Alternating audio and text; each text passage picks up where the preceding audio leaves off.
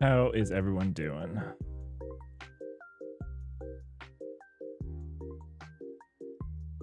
All right.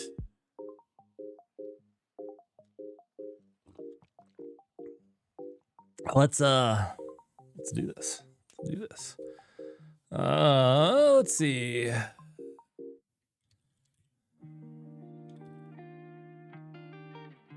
What do we want to do? We're going to, let's see. What do we want to do here? We want to well, we might commit this to a repo. I don't think we will, because I think we'll just basically find some code. What I want to do, maybe we should write that out first. Let's see. What we want to do is precisely this. I don't know which category to put this under. Oh, I don't have. All right, we're just gonna make it in here.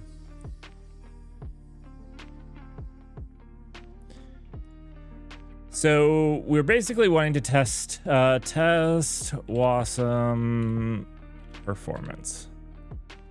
We're wanting to test Wasm performance, and what I'd like to do is basically do like a memory intensive algorithm. And then like a CPU intensive. And then maybe something that's like a maybe something that's like just a little bit of both. What I was trying to think of this as a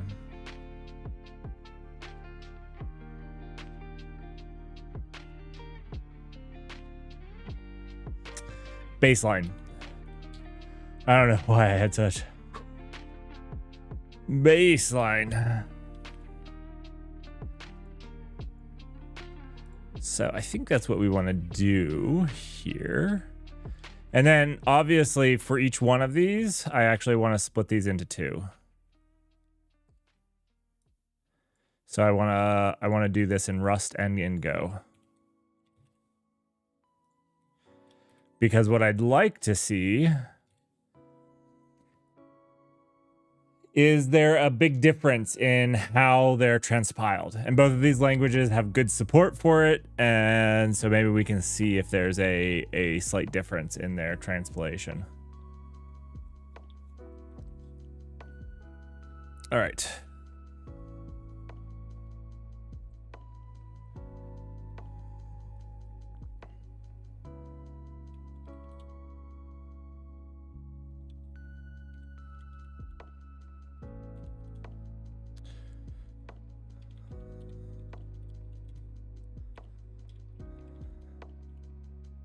All right, so let's do baseline first.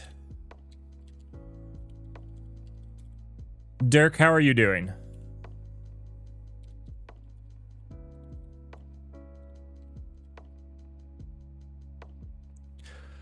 So today, maybe some Saturday, we'll see how it goes. What we're doing, I'm doing well. I'm like super tired and busy because I've been working on the house, so it's been a lot, but it's good. Okay, so we have this. What we're going to do today and maybe some Saturday is what I'd like to do is test the performance of Wasm. And so I want to do like these three categories. I want to do memory intensive algorithm, CPU intensive algorithm, and something that's just simple and easy that we can use kind of as a baseline. And then what I'd like to do is do both, like this same algorithm in both Rust and Go, which obviously there's like how good did I implement it, so like it's not a really good comparison, although I'm gonna probably go and do some like really well implemented algorithms, so like it's not me screwing up Rust or Go. And I just want to see, you know, how good it is versus just running natively, just being compiled, because they say that it has machine performance. So like, does the Wasm code run just as fast as the Rust code? I honestly don't know. So I'm just trying to figure out how well it does.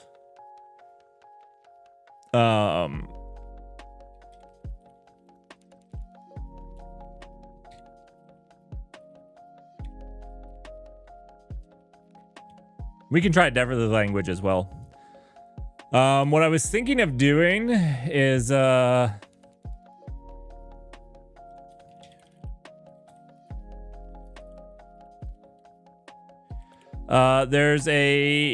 a repo with a speed comparison. I was thinking about taking some from there. The speed test. It's not this one, is it? No. Because it has them implemented in a bunch of different languages. Yeah, the benchmark game. This is what I want. Okay. Cool. Because they've done a good job of like actually focusing on implementing it. I wanted it to be, you know, fair, as much as fair can be. Where's Rust? Let's see. Go versus Rust.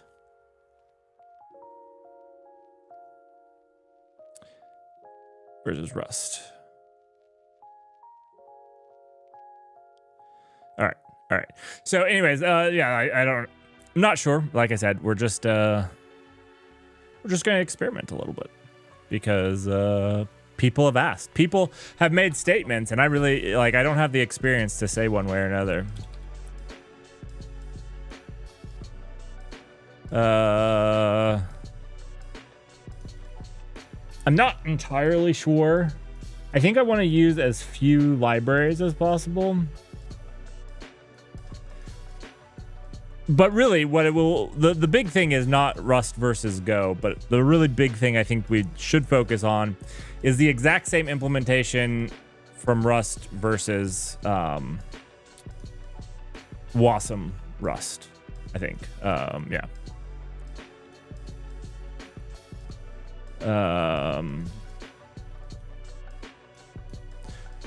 Is there a problem we should do? I wanted to do a memory intensive one. Oh, this looks pretty. The regex redux. Not these implementations. Oh, I mean, we could just take a rough implementation. Actually, this is interesting to see here. The memory usage is really close. I'm used to it being a little bit different. Yeah.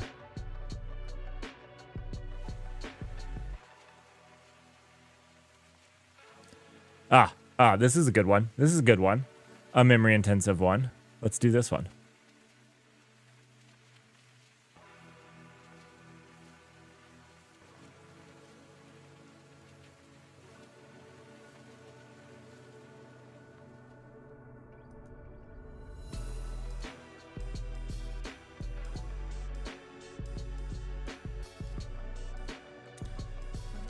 What are we doing? We are doing reverse.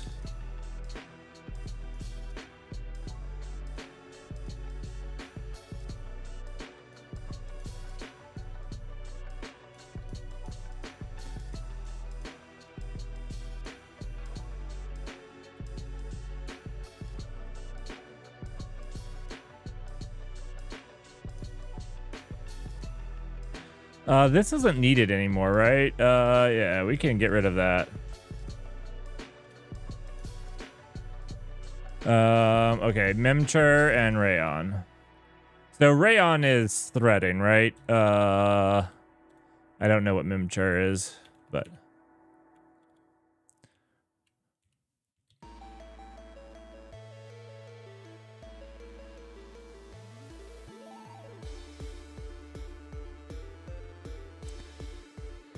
I have no idea what version either. We'll just hope Hope for the best.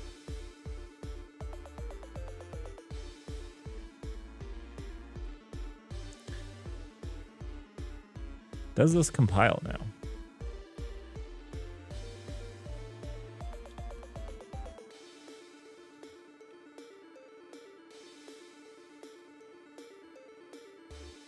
We didn't do this in memory. This was the memory intensive. I messed up. It's okay though. We can fix this.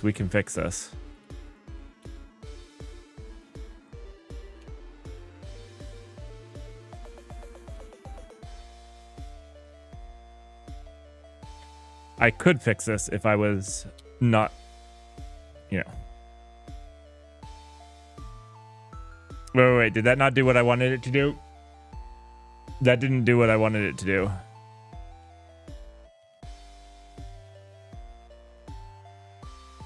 Shouldn't that... Oh, I said copy. Not move. Okay, this is fine. Okay. I actually thought that I had said move, so I expected it to be gone, but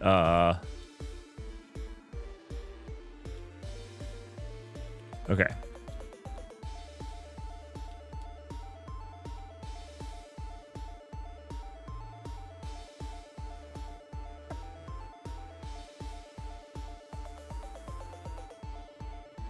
We might need to check out their versions.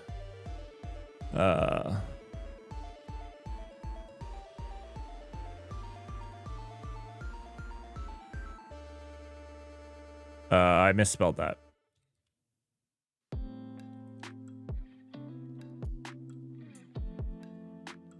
Did I misspell it? I misspelled something. Okay, let's what was it upset about? Oh, did I not include that? No, I did.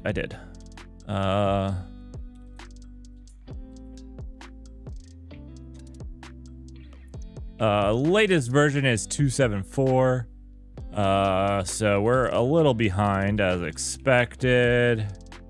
I don't know if that's the problem.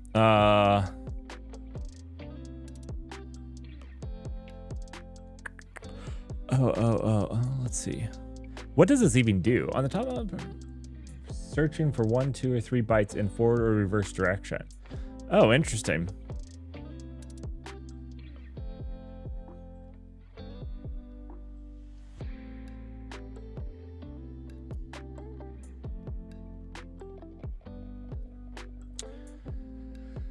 You can use it without the standard library. That's cool.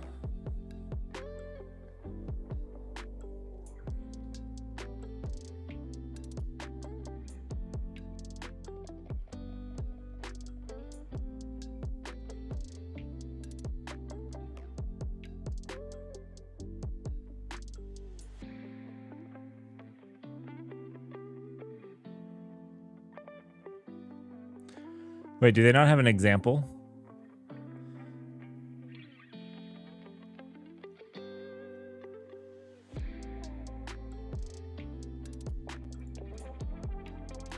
I feel like it should be pretty, okay, yeah.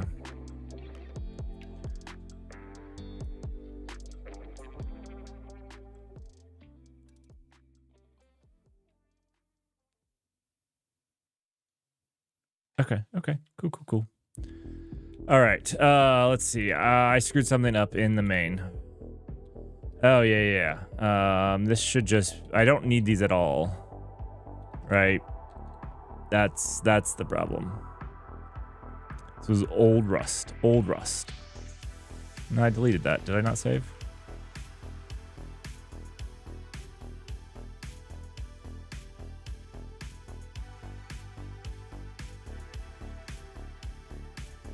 Is this, wait. No. Okay, this is saying crate memchar, but that doesn't exist here anymore.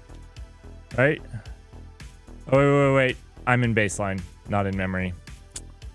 Because that was...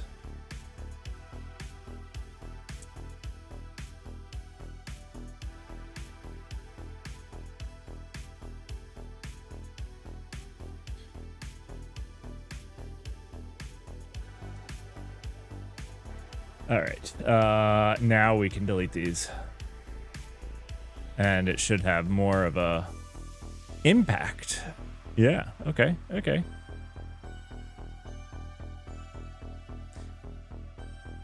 Did we copy something we weren't supposed to?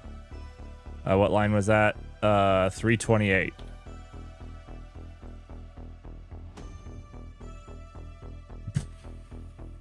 Yes, we did. Yes, we did. Just gonna guess everything. Like, yeah, I'm gonna.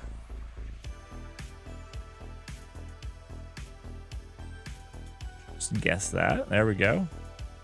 Code is inactive. That's fine. That's fine.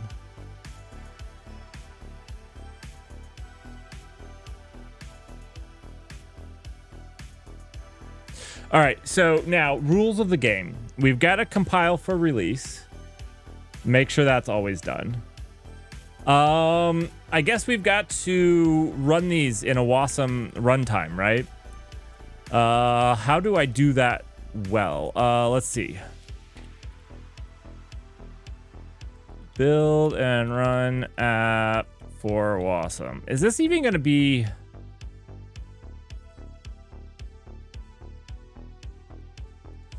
Well, because I was just going to do like time on the binary and run the binary, right? Wait, how long did this say that this ran for?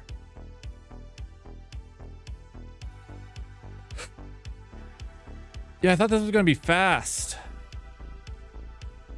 I mean, debug was going to add more time to it, but... and it's not even hurting our CPU, right? Our CPU's calm... It's more memory than we should, but we have web browsers open.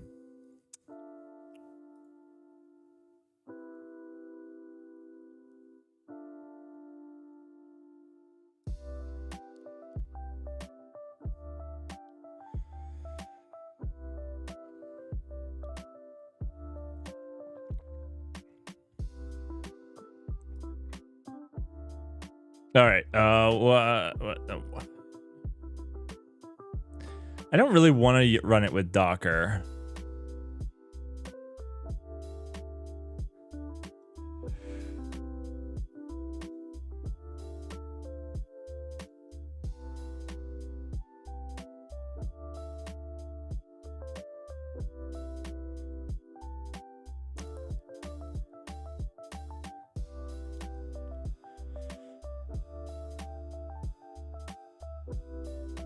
See, I feel like this is going to be harder to actually judge than I was thinking, right? I was thinking we'd just do this really easy where I run them side by side, but I'm not even sure that's going to work. Besides this thing not working, I'm just going to cancel it. I feel like it's, 1 second, let's see.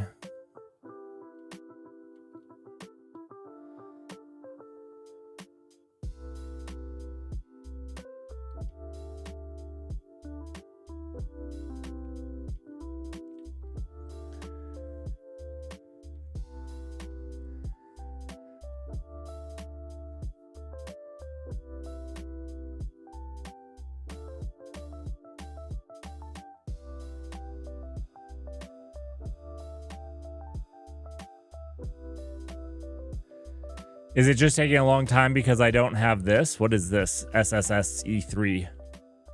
What is that?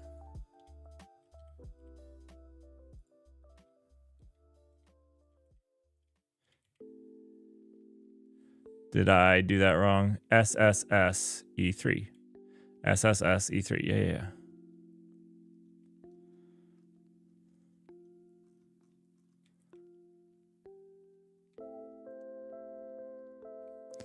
I don't know what that is.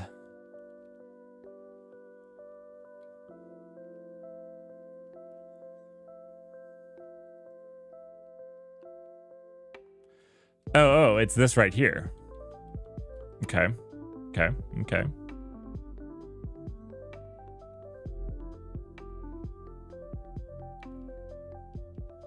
So this isn't a whole lot, right?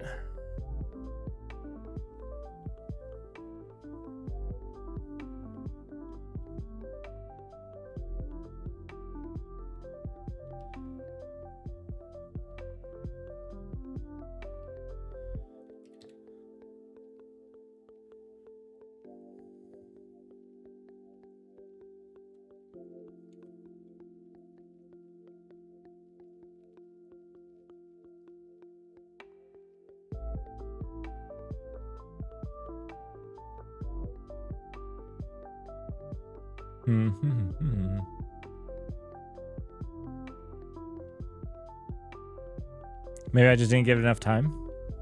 Maybe. Let's see.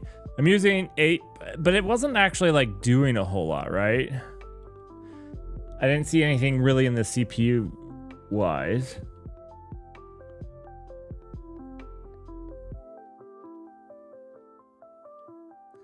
We can just do something really simple, but also I'm just not sure how I'm going to actually check the performance, right? Like, how am I going to run it in the Wasm runtime? Other than, like, I know how to do it with Docker or SpinCube, right? Maybe I need to go back to and figure this out off stream. We have other stuff we can do tonight.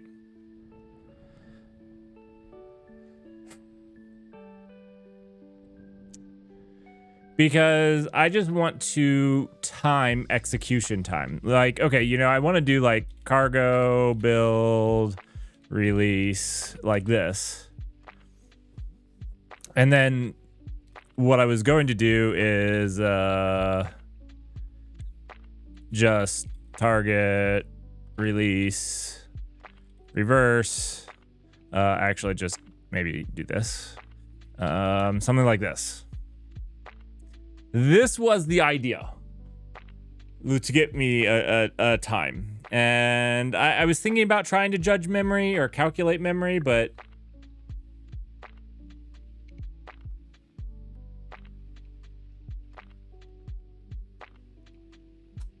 I don't know how to do this for Wasm. How do we time Wasm? You know what? Let's ask chat. ChatGPT, how do I time the execution speed of a Wasm app?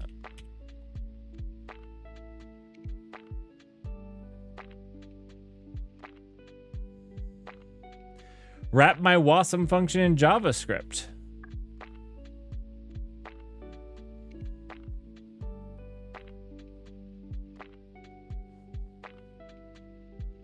WebAssembly interface types, WIT. That's witty. Allows Wasm models to interact more directly with JavaScript. Blarg. Is there a way to do this without JavaScript?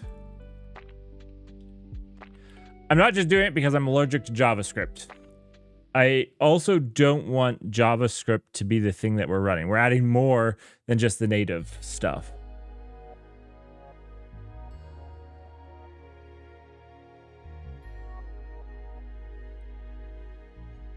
While that's going,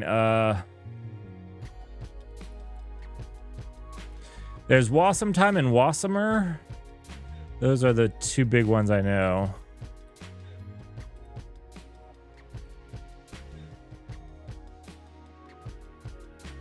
So we could just run time, right? I think this is what we'll do. I don't know if it's fair. I mean, this is garbage. We got to pick a different function. We got to pick a different function. This is garbage.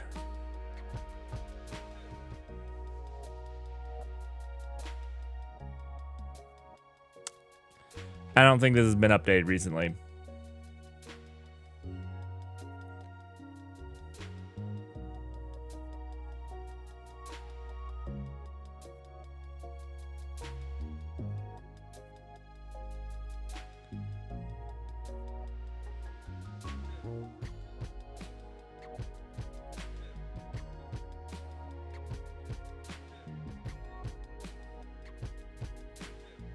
What is this? What is chat giving me? I've never seen this. Oh, this. Okay, never mind. This is the WebAssembly interpreter. But I need a runtime because that's what we wanted to check, right? I suppose we'd have to also check different runtimes too, right? Ew. Ew, gross. Also, good to see you. How are you doing?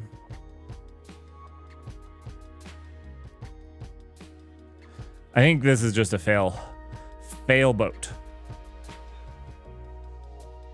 I'm doing well.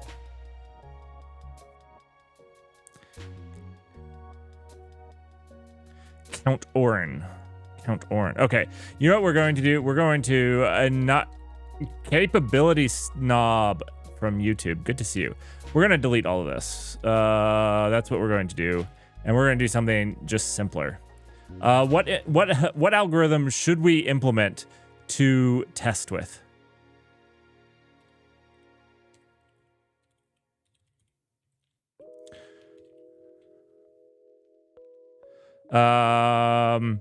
We should implement some algorithm. What algorithm? Let's see. Simple quicksort. There we go. Can ChatGPT do quicksort? This is not a I love it, ChatGPT or Copilot. I love it. Oh my gosh. All right. Let's try something maybe a little bit simpler. Right now, what we're trying to answer is there was claims that WASM applications run at native speeds, and we don't know what native speeds mean. And so that's what we're trying to figure out. So what I'm going to do is I'm going to implement some algorithms in Go and Rust, and then we're going to time their execution speeds running natively, and then time their execution speeds running in WASM.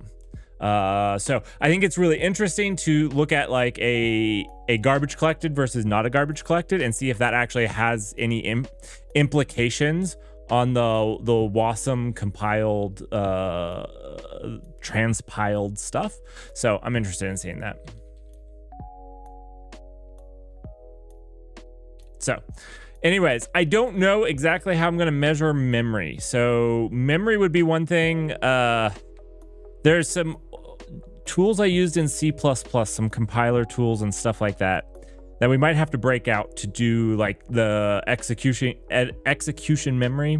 But I don't know how that works inside of WASM. So I think we're going to try WASMer first. And if we want to try a different one, we can.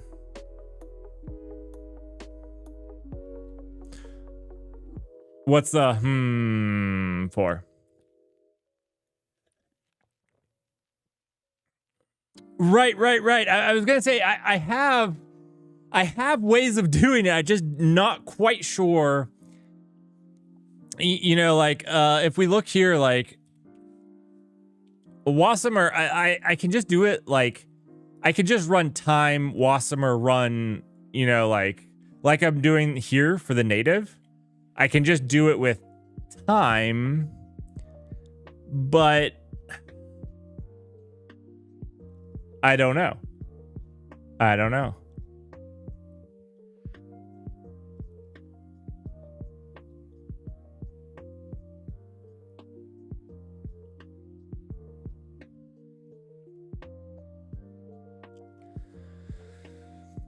So yeah, that's what we got to figure that out. I'm not entirely sure. Let's just see if WASMer is installed. We can try. Oh, not here. We can try different ones as well. Yeah. Okay. I suppose we could get Calce and just test this one. Does anybody have an algorithm that they think would be fun?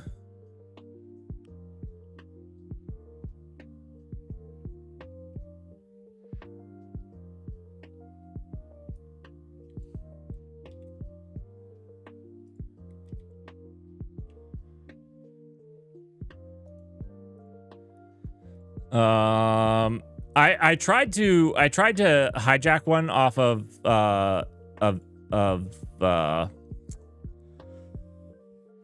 language games, but I think these are too old. It's not even it's not finishing. I don't know. They were written with a much older version of Rust. So part of me thinks that Possibly. I just thought that this would be a fast way to get some computationally expensive thing instead of just making something up. You know, like a couple loops or something. Like we could do that. We could do a couple loops. We could try to get ChatGPT to do a couple loops.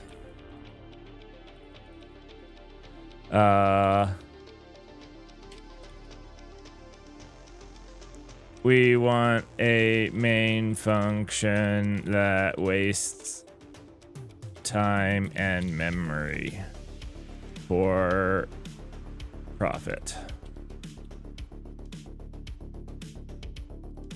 Come on, keep going. No, we're not going to measure these things. Stop recommending it. We'll include these. We'll include them.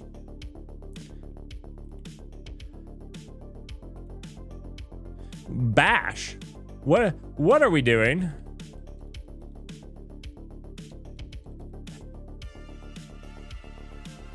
Okay, I mean, like, we can't do this because this, I want it to be a very consistent amount of time. So, like, whatever we do in here, I want it to be consistent, and random generation isn't necessarily consistent.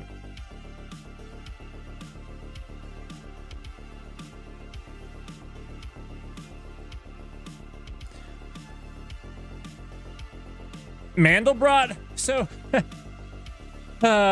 capability snob, you're probably a better engineer than I am. I can't do any of those. Maybe function collapse. Chess endgame definitely can't. Mandelbrot, I know what a Mandelbrot factorial is. Can I just make, I mean, we could look one up and we could do it if that's what we want to do. I was hoping to do something quicker. Let's see if ChatGPT can do a Mandelbrot. Yeah, I was hoping to find something other people have done. That's why I was going off of this, because I was like, well, if these people have done it, I can just take it and run with it. The problem with this was it didn't run. It didn't work. It didn't do it. And like, if you actually look at this, it's pretty old. It uses like the external crate syntax, which is before 2018. And so like, I don't even know what versions of these things. They don't have the crate here. So I don't know what version of these things they're using. So we just have, I guess this just has Rayon. Okay. Well, we can try this one. That has worked.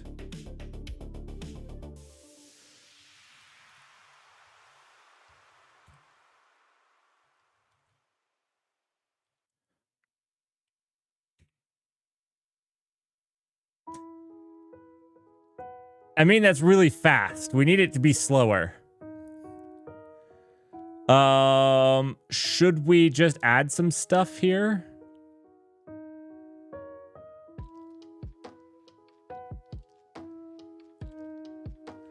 Maybe we find a slower one.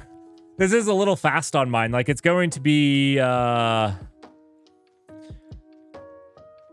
it's going to be hard to measure a big difference. But I mean, now the thing is, can we do this with Wasm?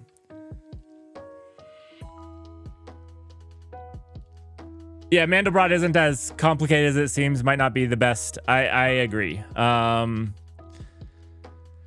Okay, so do we have some good ideas? I tried the regex redux, and this one didn't work. And I've tried the reverse, and that didn't work.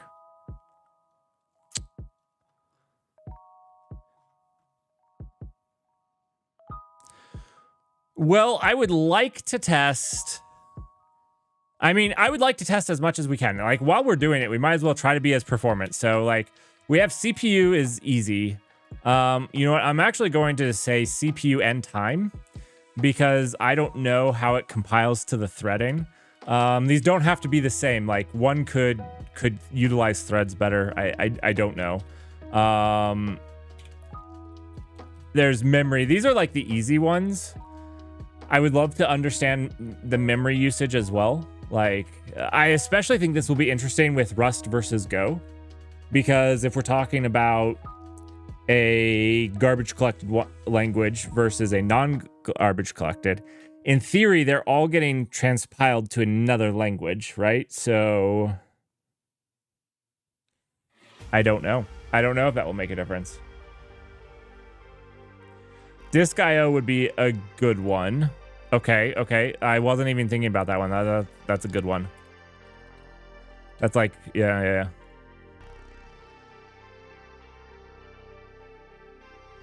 Can I measure? I don't know. If Wasmer is what we're going to try using first.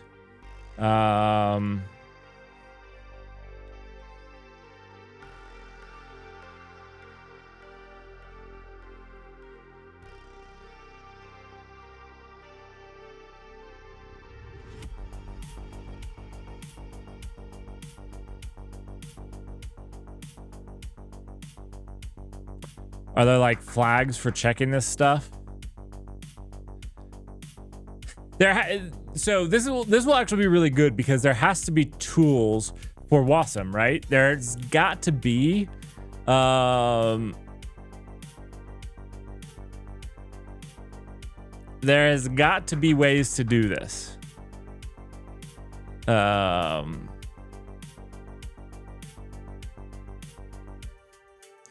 Whether it's in this runtime or not, I don't know.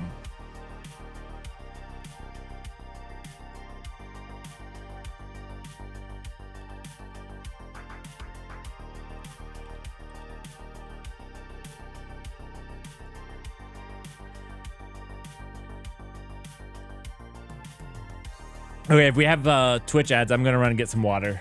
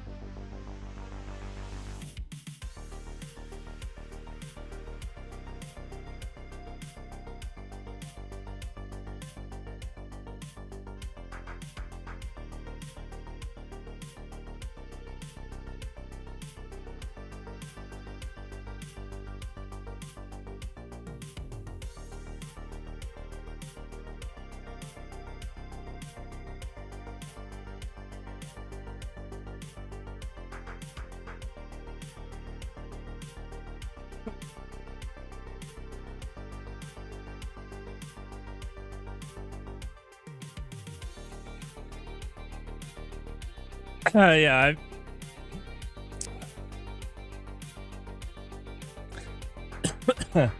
I've been practicing for my Metal Gear Solid box hiding. You know, you gotta hold very, very still. Yeah.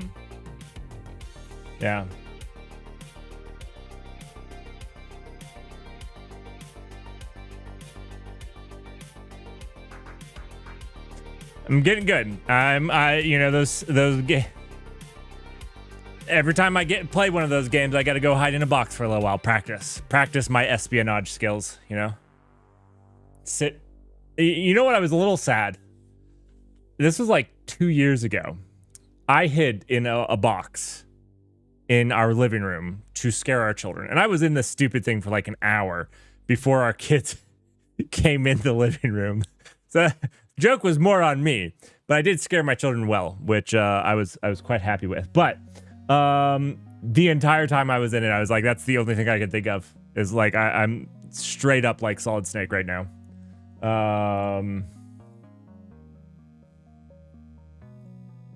So the time passed quickly.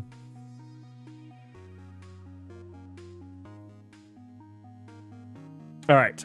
Let's see if this what we have actually even builds for Wasm, right? So we can do like it's Wasm pack. I don't even know if, is that even installed? Yeah, it is. I do have it installed. Okay, good. So we can do like Wasm pack build. I think we can just do Wasm pack build. I don't know.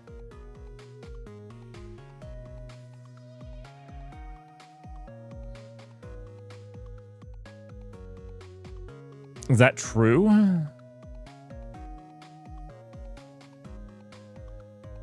I don't want it to be a lib. I want it to be a binary.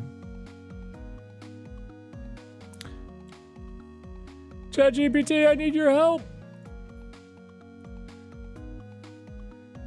Wait. Can I? Oh, you don't have to be logged in? Sweet. All right. I do want to use 4.0 though. 1 second. I'm going to log in really quickly. I switched back to Firefox. You guys see that? Yeah. I mean, I still have a free account, but it allows you to use 4.0 for a couple questions. All right. What was I trying to do? Oh, how to build Wasm binary from in Rust. Good old web search might have done this for me, but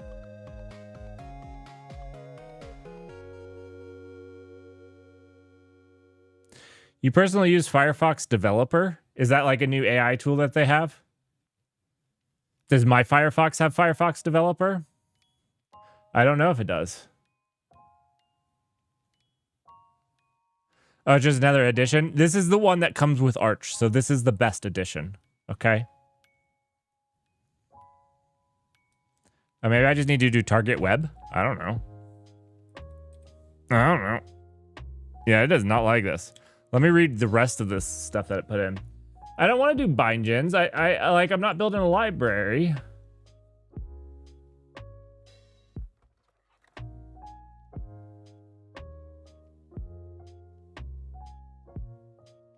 I already have this, but we can validate that I have it. Yeah, I already have it. Oh, wow, so clutch. Aren't we special? I'm just playing. Oh. I don't want to make it a library. I just want to make a for the love of all things good on this earth, please tell me how to make a Wasm binary from a Rust project. I think binary is not the right word, but I don't know what the right word is.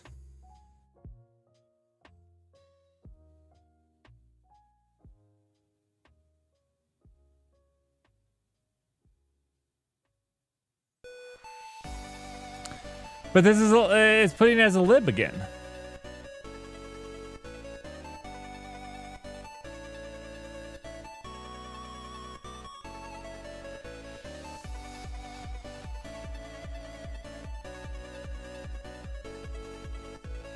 Well, that's what I'm trying to do. I'm trying to make a WebSocket executable. Say cow. Awesome. Like they have the say cow, right? Right. That was like their whole example. Is Wasmer run say cow, right? We did it, right? You know, I could have done this a lot easier, just like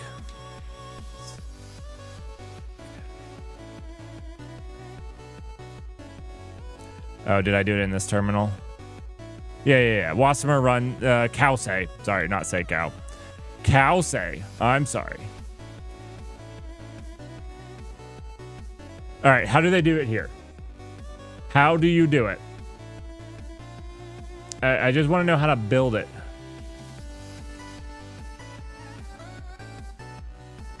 Oh, maybe I need to add the WASI. I don't know that I installed the WASI. That might be my problem.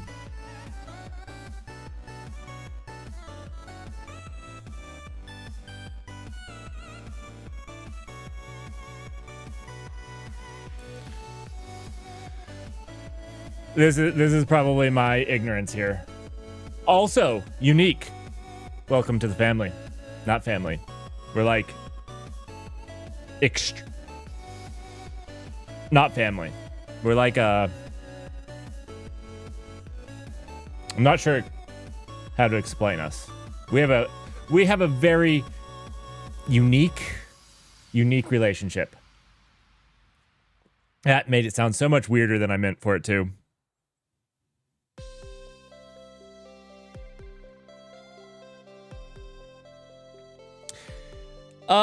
Pretty sure that Wasm is meant to be dynamically loaded from another script. I would say not true, right? I would say that that's what a lot of people use it for in the web. Absolutely. But here we go. Okay, sweet. So this should work now, right? You can do like a Wasm distribution, right? Like, because there are Wasm runtimes for, actually, watch it. We actually are running some Wasm in our Kubernetes cluster. It's just an app that's running on Wasm on a Wasm runtime. So I know that's not true. I think that's a very common thing for the web space, which is why a lot of things keep pointing to that, which is, yeah. Okay. Could not find x86 in Arch. Okay, that's fair. When did I do this? Oh, man. I screwed up. I mean, I copied code, and it 100% uses this. Oh. Which is obviously not part of... It was unsafe code anyways. Transmute? We don't want that. Oh, gross. Can we just delete this? That's what we're going to do. I'm sure it's fine. I'm sure it's fine if we just do this. It's fine. Yeah, I have no idea what that's doing. Watch this. We'll just have this return 1. I'm sure that there's no harm in this. It's returning 1. That's what it meant to do. Okay, we fixed it. Don't ask me questions.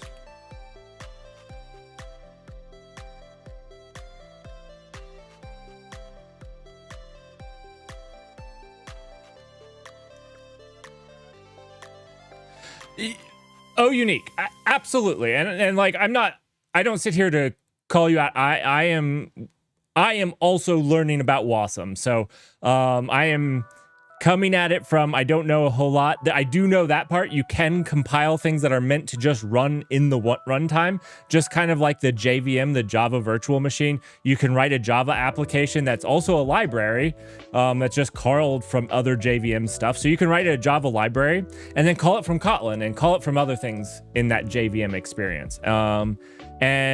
But you can also write a Java application that just runs in the JVM, and that's what you can do with Wasm as well. I didn't fix all of it.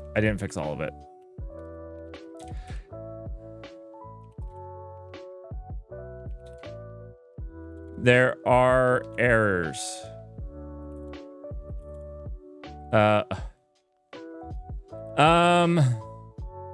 All right, we really just need to do our own thing. This is like way too old of code. Let's write our own oh, that's not at all what I meant to do.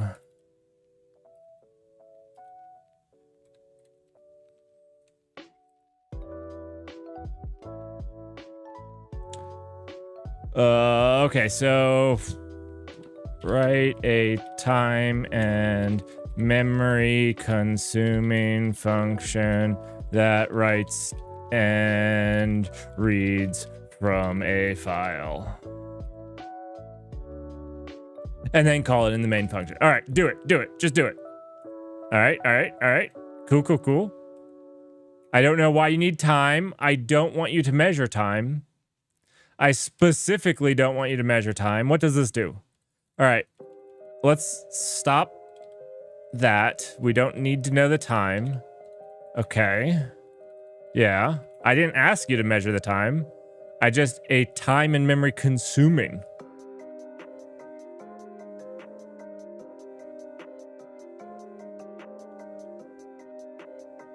Okay. This is maybe fine. Okay, we're gonna just open up file.txt for 1 in what? 1 million.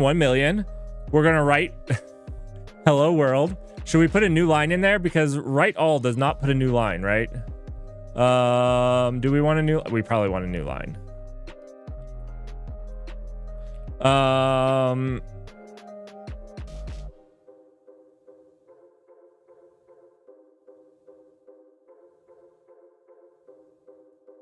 What the crap? We don't open the file until down here. What is this doing?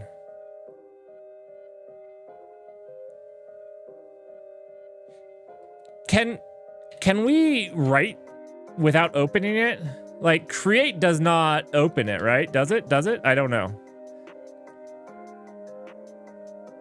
Oh, okay, it does. It opens the file in write-only mode. This is fine.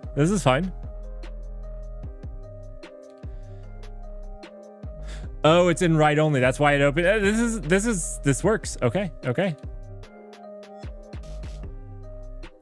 Okay, why is this complaining?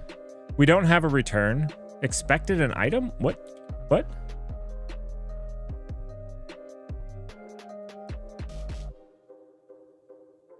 What's wrong with us?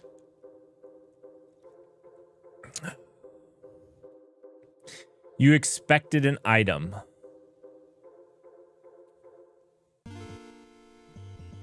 What am I missing here? I feel like this is simple. Is it just... I always look dumb when I like guess that it's the language, the language server, and then it's not. But sometimes it's the language server. See, I think it was just the language server. I don't know. Sweet. All right. So now we should be able to cargo build, release, if we just do no target, I think it will build for my CPU by default. And then we can do, let's see.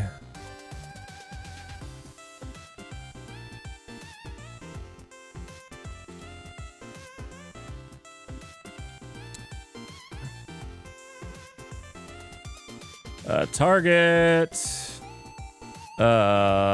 release, reverse.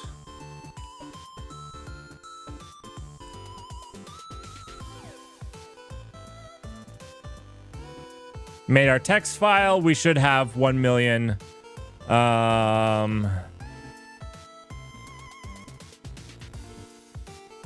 Yeah. Perfect. All right, we're gonna delete that. And now we're gonna see if this runs with Wasmer.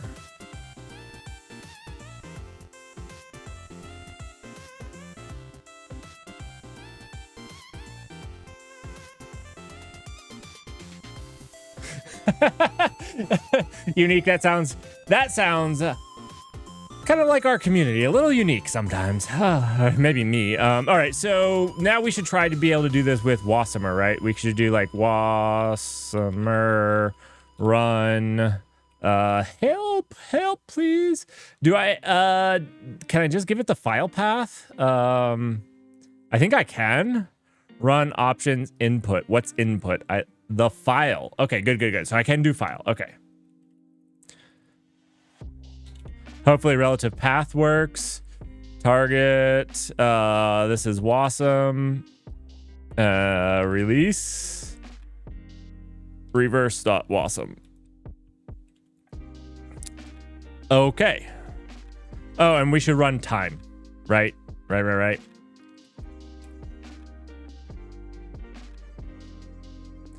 So it took 34 seconds. I didn't escape that. I did a forward slash. I did a freaking forward slash. I'm such a noob. I was wondering why it was all on one line. Okay. Anyway, it doesn't matter. 34 seconds. User was 0.5 seconds. System 100. Okay. We didn't actually track this. We'll do like official runs later. I want to understand. I want to understand first. And then we can come back and actually do like more real runs.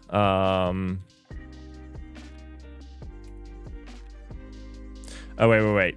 Before we do that, let's RM the file. Just so everybody's starting with actually creating the file first. And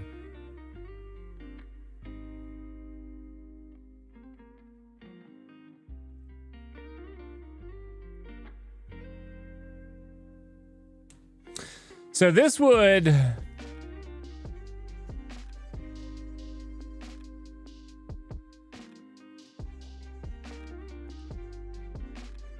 Actually, what's the options to time? I would say that this is actually saying that Wasm ran faster. Now, this is kind of an arbitrary thing. We got to test other functions as well. But,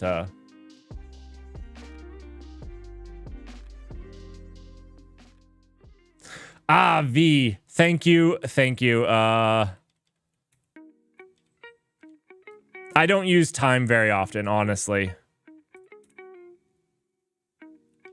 Wait. Is time dash V after? Like I said, I don't use it very often.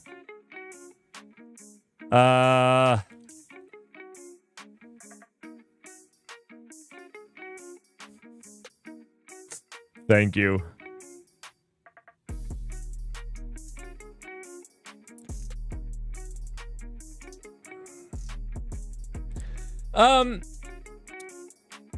All benchmarks are kind of lies. I agree.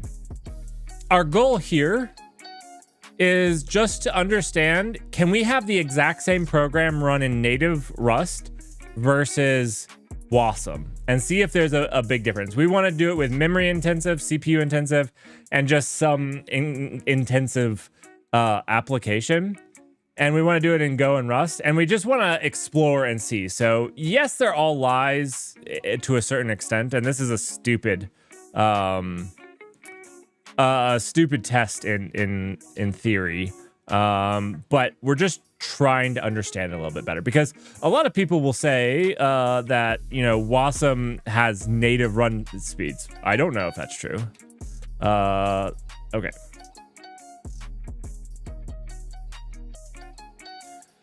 Oh, time is also a shell built-in that does not have V. Okay, I see what you're saying.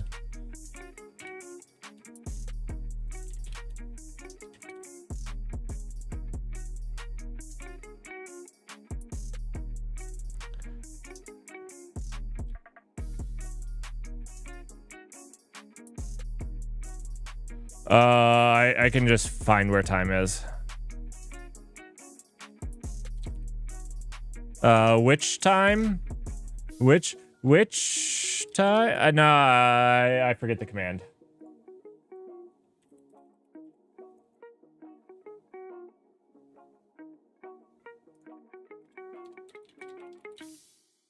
Command time is not a thing.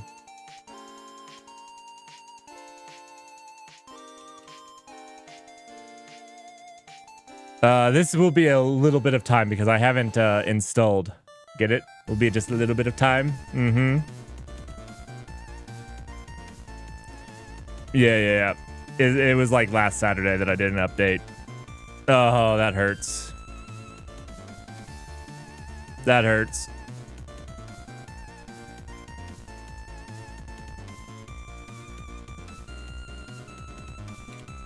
All right, we're doing it. This is not The Farmer Was Replaced. Does my title say that? I don't think my title say that, was it? My YouTube title did not update, did it? I'm just playing around with Wasm tonight.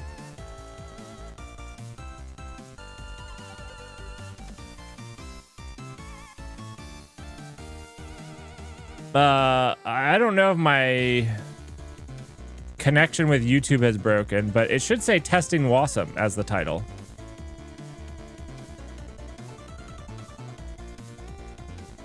Oh, I'm in the wrong category. I see. That's amazing.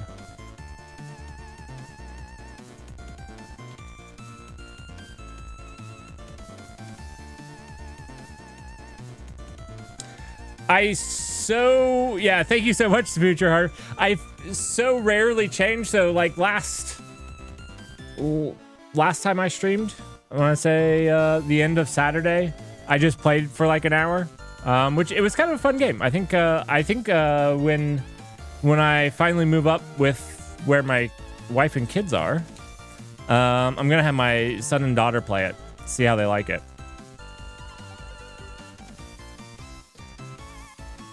All right, while we're chatting, I have the AI games coming up, and I have a couple very unique things. I think these AI games are probably going to be the most fun AI games.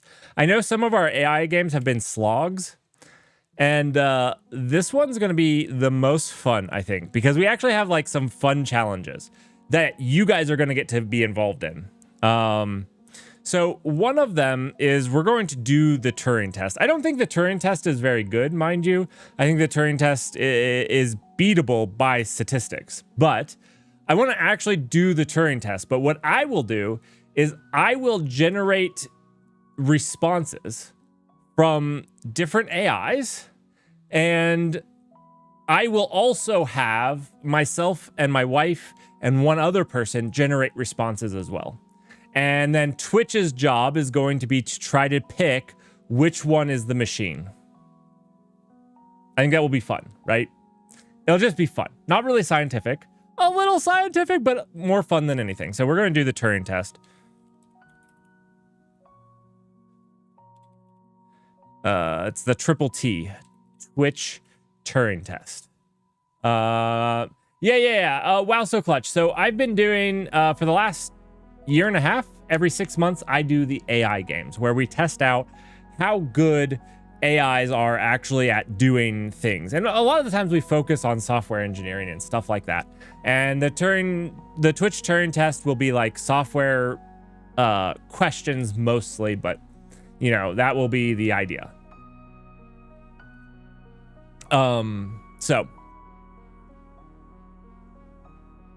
Yeah. So anyways, that's we're gonna just have some fun with that. We're gonna still do some coding tests, coding challenges. So we'll still do that. Those are a little bit more boring. I think I have fun doing them, where we pit some challenges for AIs to do. And we test all, like I literally go out and pay for every AI one that we can, and try them. So we tried to give them a fair thing. The other thing that we're doing is the 1v1 Merrick versus AI. So I'm getting some other streamers, some other people that would be willing to show up on stream to basically challenge me to a 1v1. It's supposed to be for fun. But the 1v1 is going to be, we're going to be given, and hopefully if I can swing it, there'll be both of us on stream together. So like, both of our screens we'll be given a coding challenge, and one of us will be allowed to only use the AI to write code, and the other one of us will only not be allowed to write code. Or only be able to use like not AI things. No AI. And see who can complete them the fastest. I think the AI people will be, because we're going to do languages we don't know. And I think like All of these people are senior engineers. And so I think that the AI is going to be the faster of the two. But I thought that that was like a fun little thing to do. So anyways, do you guys have any ideas that you'd like to have checked out or try during the AI games? Let me know. These are the ones that I have so far. All right, so we can build Wasm projects now. Now we need to figure out how we're going to actually check how these things work. I don't know that time is... Uh-oh. Oh, okay, this is fine.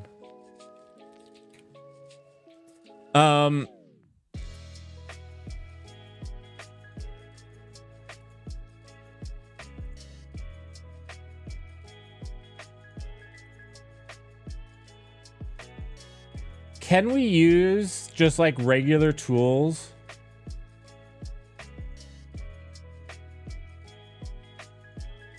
to performance test these things?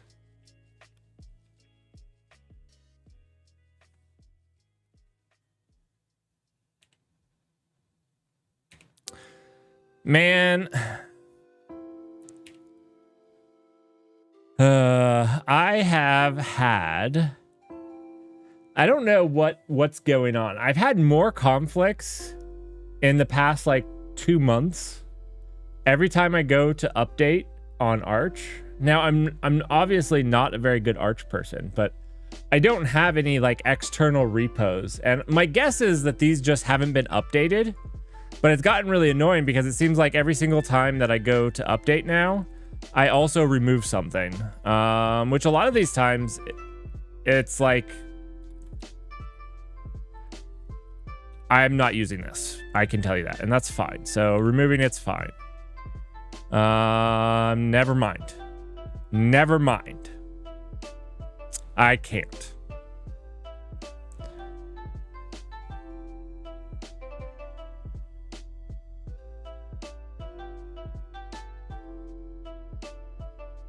Wait. I didn't know. I was doing OBS. I want the OBS. I didn't say delete its... the FFmpeg OBS breaks Fmpeg? Oh, okay. Okay. Well then. Maybe we'll just try to install time and see if this works. It'll be fine. It'll be fine. We'll do a system update later. Ooh, you're using Fedora and Red Hat mostly? People use RHEL as a desktop?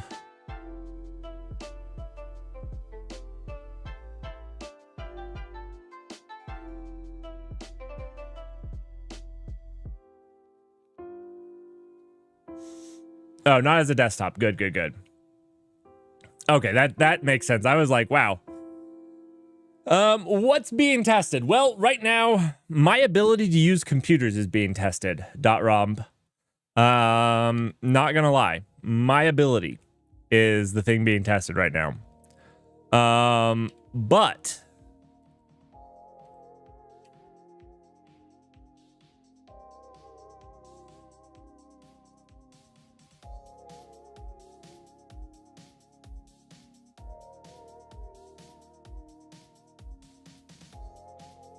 the usual down.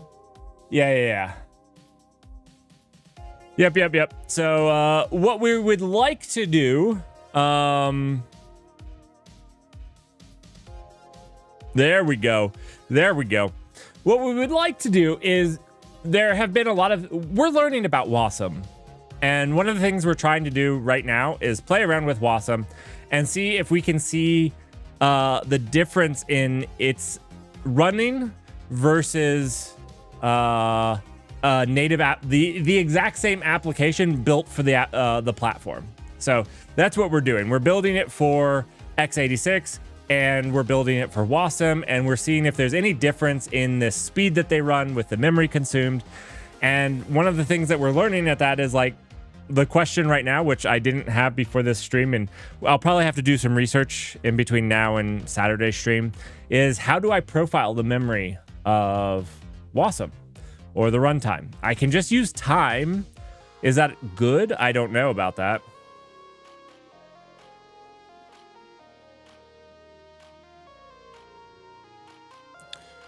Let's see. RM.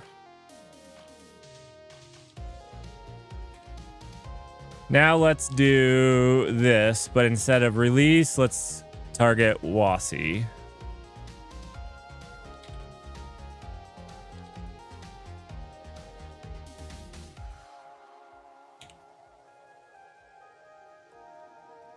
Wait, that shouldn't have worked, right? Oh, yeah, it didn't work. They're all zeros. I was like, that should not have worked because we got to run this with Wasamer.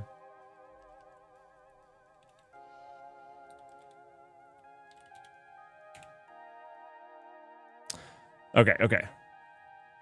Percent of the CPU this job got. I love this. I have no idea what this means. I literally have no idea what this means. It took... wait. This is, what?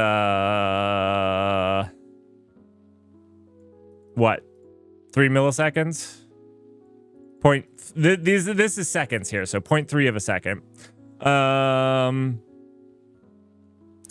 This, I don't think this is correct, right? It might be correct. So this would actually led me to believe that this is running faster in Wasm, right? Now, the thing is, I didn't do like a target for this release. So when we built cargo, go build. We did a target of Wasm, and I'm wondering if I need to target x86. x86. I think it's this.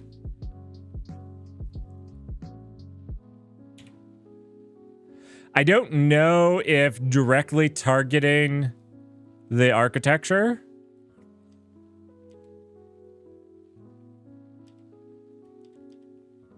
changes the time or changes the performance.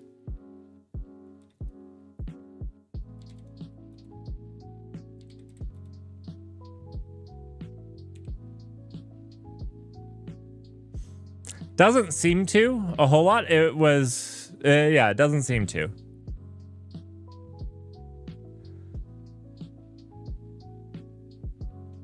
Dirk, I didn't know. I've actually never targeted because I always thought that without this, it just targeted what you ran on.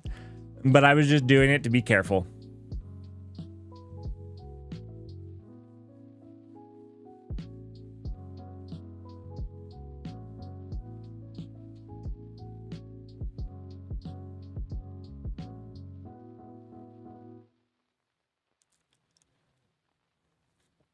Wow, so Clutch, it got more than that whole core. It squeezed more performance than that core was rated for. That's what that says. That said it got a little bit more performance out of that core than what the core was rated for. It probably broke the warranty. This is like overclocking.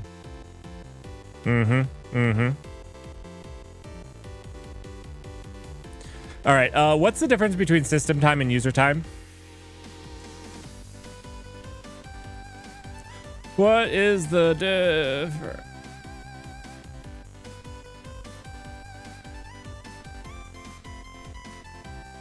Is this like kernel time? Like time that the kernel spent on it versus the user space?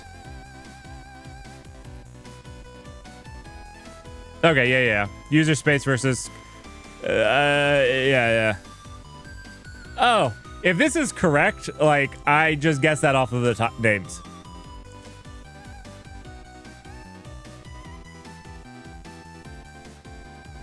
Okay.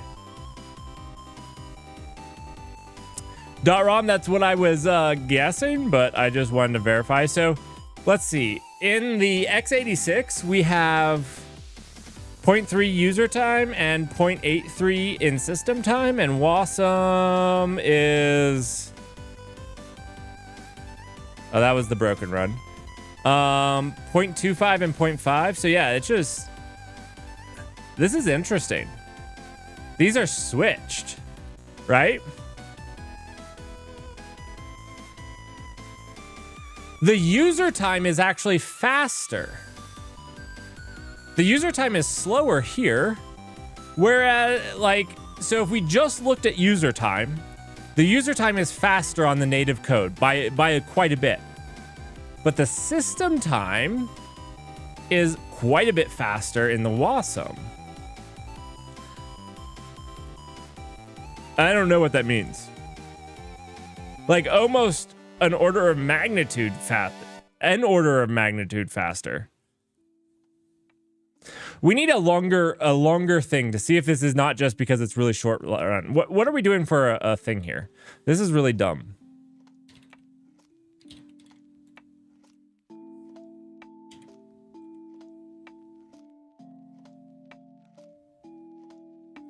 Got to multiply some matrices.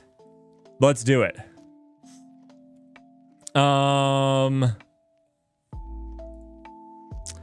Do you know a repository that's done so? Like, I can just start multiplying some matrices, but like, I don't know.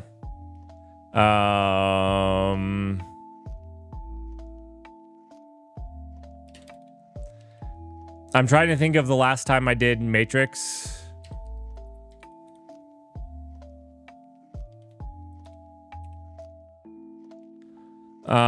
Probably was in here.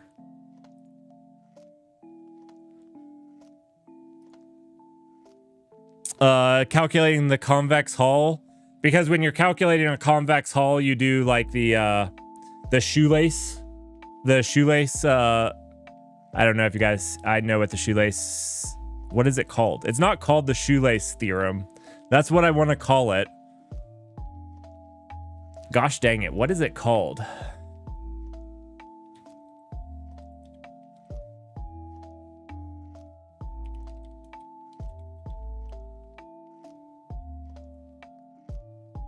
The shoelace formula. Okay, I was like closer than I thought I was. Okay. Anyways, when calculating a convex hull, you can use the shoelace formula, which is what I did. Let's see. Which it requires some matrix math here, as you can see. But this doesn't take a whole lot. We could do a larger one.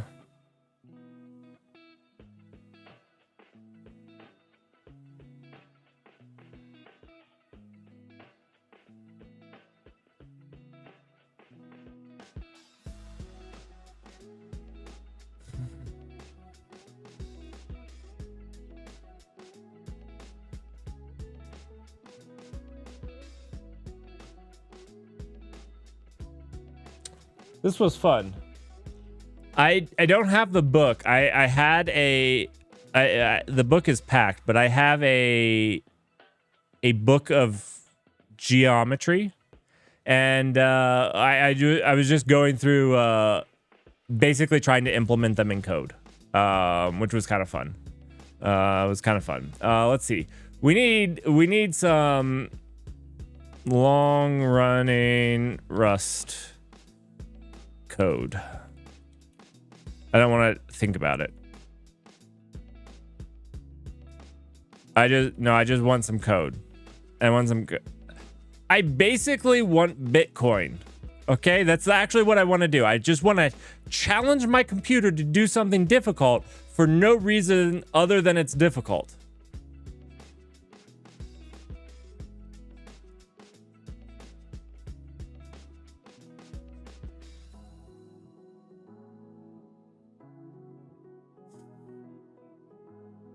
This is dumb. Okay.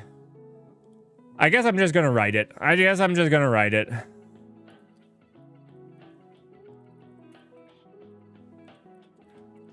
We can just start doing some linear algebra. I think algebra has some vector 3s in rotation and stuff. So we can just load algebra up and just start taking the derivatives of vectors.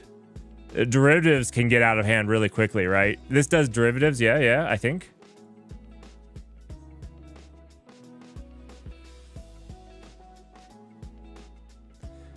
Yeah, I was looking more for compute intensive.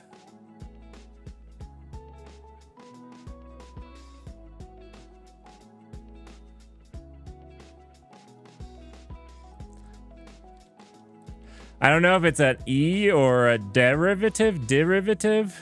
I think it's a derivative. I don't know. Let me Google that. No, it's der. I was right with that. Dang it. I second guessed myself.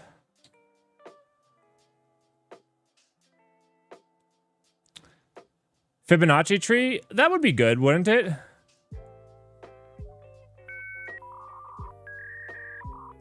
Oh! Thank you so much for the raid. What's up? How are you all? XMDIO? What? How do you pronounce your name?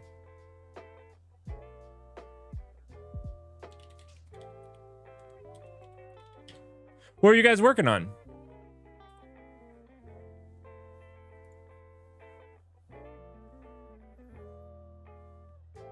Fibonacci isn't really that difficult for a modern CPU, honestly. We can find one and we can probably just ramp it up to do it more difficulty. We can probably make it work. No! Just show me the code. I don't want to write it.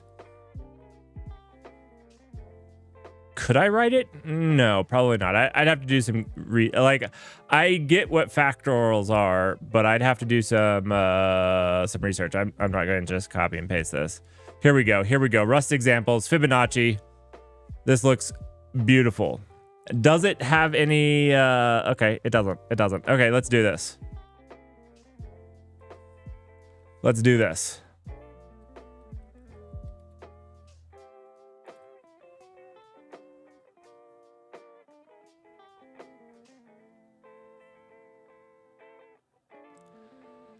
Oh, the SHA is not too bad either. We could do the SHA. But we can also just make a really big tree for Fibonacci. But maybe we'll come back to the SHA. SHA might actually be something that's really interesting for us to understand. Like I said, we're just learning and understanding here. For those of you that are just joining via the raid, what we're trying to do is we're learning about Wasm. We're trying to understand it better. We're trying to do things with it. And that's what we're doing. Right now, we're just trying to see how it runs compared to the native Rust or Go. So we're going to do, I guess, Fibonacci in both Rust and Go. And we're going to see how it runs compared to running native and running inside of Wasm. And learn about Wasm while we're doing it, because how do you even benchmark Wasm stuff? I don't know. I don't. Thank you so much for the follow. SHA might be easier. Not if I just copy and paste Fibonacci stuff, right? This should be super easy. All right. Let's see. All right. So we just want to put a really big in, right?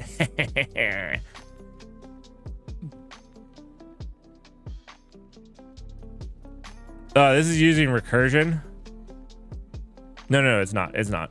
Wait, one second. Oh, okay, never mind. Sorry, got it. Let's see. Where's main?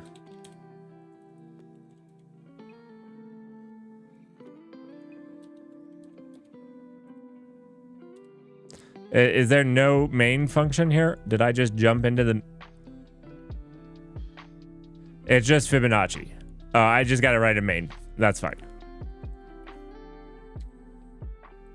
We'll just go to the top here. We'll just get rid of this. Oh, this, we'll get rid of that too. And then we'll do... we'll get rid of that.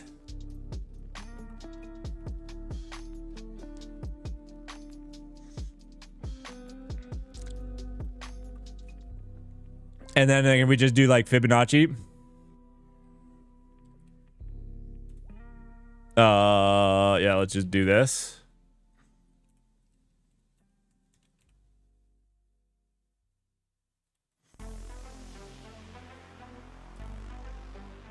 Nope, nope, nope. Don't need these. Let's just see if this is running. And maybe we need to rename this. I admit. Okay. Okay. That ran way too fast. That was in debug even.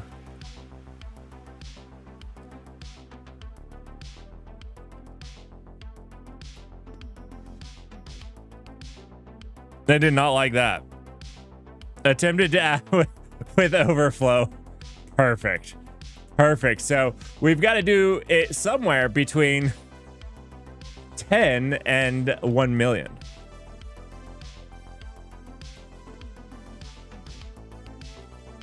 I'm just guessing at this point. I have no idea what I'm doing. Oh, wait. I need to be calling this, right? Right? Not this. This is the non-recursive function. Oh, wait. This is just using a for loop. One second. All right, so they have two ways of doing it. It panics at 43. Why is it panicking at 43? Is there a bug in this? There can't be a bug in this. This is part of the examples.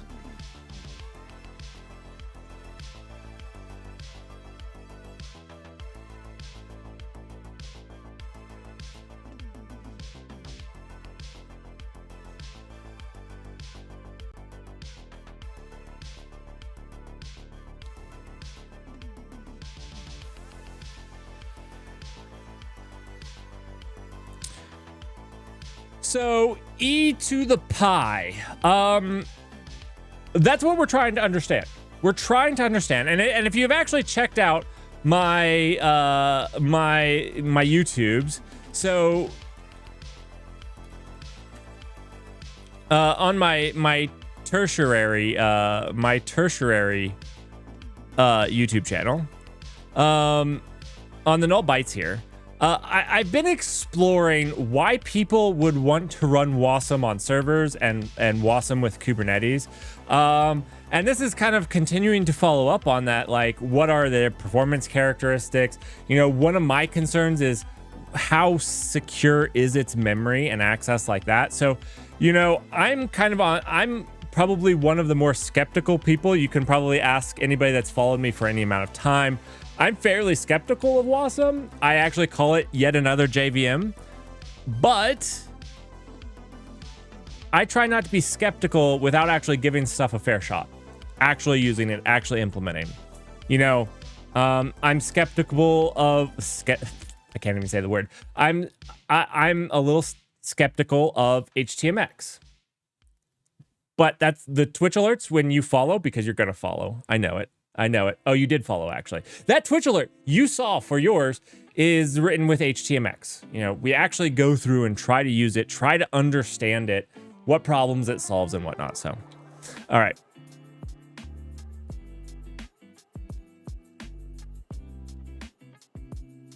Rust does not have tail recursion elimination.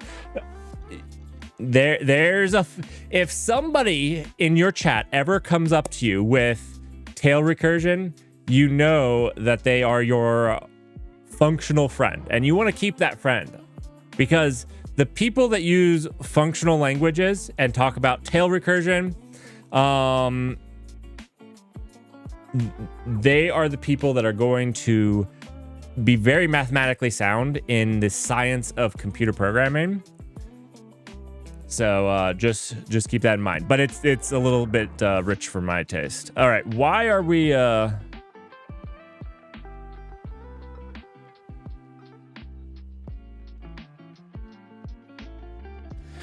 Is this hitting the call? Is that the overflow? This can't be the overflow, right? Because it's in a loop.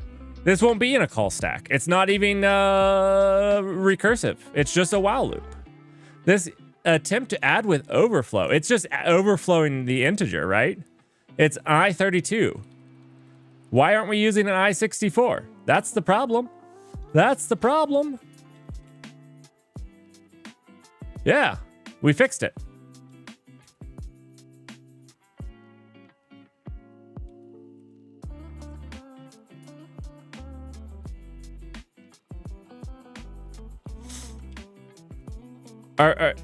Man, I don't know how big this gets. So let's just try 18. Man, this is just not long enough. I told you this was not a big enough problem. I don't know how big I can get before we overflow.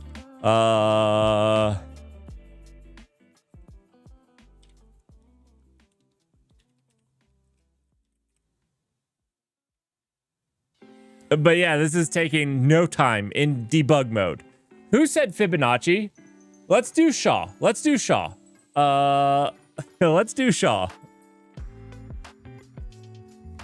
So yeah, for anybody that came here from the raid, I like to experiment and I like to learn. My whole thing is to just try to learn something new. So a lot of times on stream, you'll see me either showing you guys something that I do know. That's a short period of the time, and then a lot of the times it's trying to learn something new, and experimenting with something. Wow, so clutch. But if we calculate Shaw in a loop 10,000 times, I guess we could do that with Fibonacci too, right? We could just do that in a loop. We could just straight up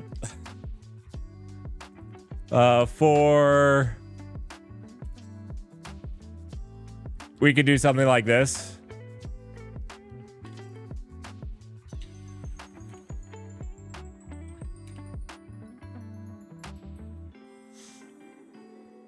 And it does get big kind of quickly, doesn't it?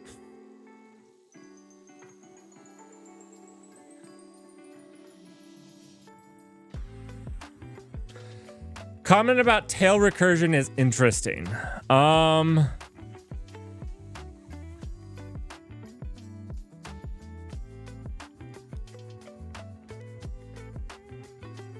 So tail recursion is really big in functional programming for performance. I'm not good enough with it to like actually go into detail on it. I can study up on it though. We're gonna have a Haskell stream at some point in the future. Should that be what we do the AI games in? The unknown language? Thank you so much for the follow. Should the AI games be Haskell? Should that what we do? The 1v1s?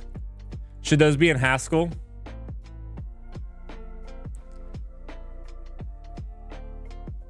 No, I shouldn't.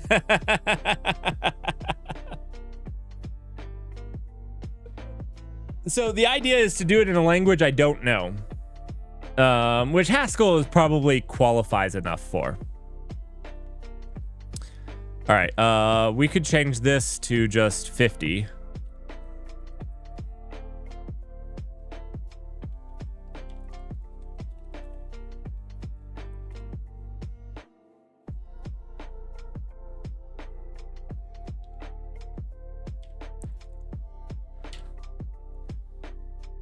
I'm an idiot. Okay. What we want to do is just change this to 50.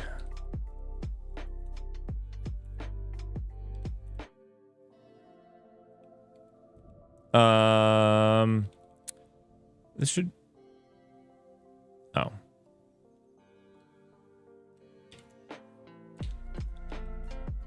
Yeah. I could do that. But this is still like just no time at all. Just no time at all. Let's see. Yeah.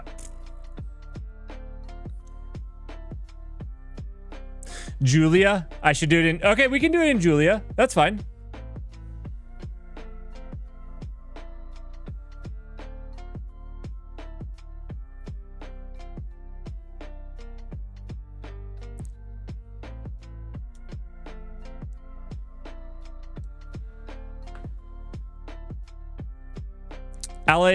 Allocate a gig of memory, fill it up with random numbers, and SHA it. Okay, let's do it. Let's do a gig of memory of random and SHA it. I'm going to have to think on how to fill up a gig of memory with random stuff. Let's see. Rust, Rander.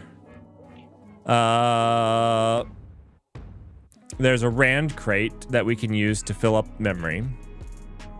And then we can just use an array, right? A vec.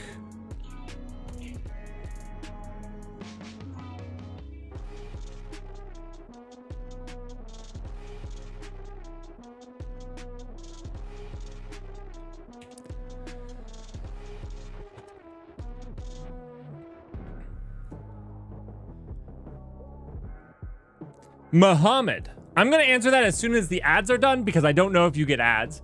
Ads are playing. I'm going to run and get a drink. I'll be right back, and then I'll answer your question about how that is.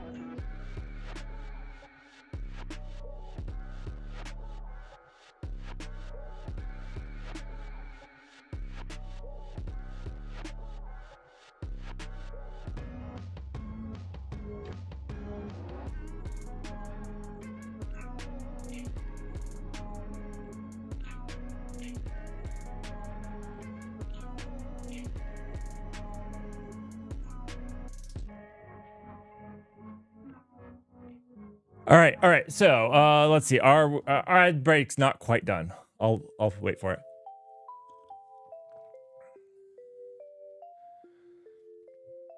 So Dirk, the idea of the AI games is not to learn the language. It is to purposefully pick a language neither of us know and see how fast we can get a very simple application put together. That's the whole goal. It's not to learn the language.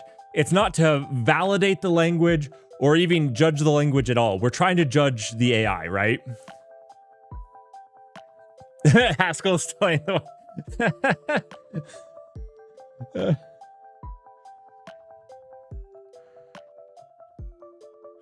I was thinking Fortran because I think the more esoteric it is, the more chance I have that the AI, because usually probably the other person's going to get the AI, won't get it.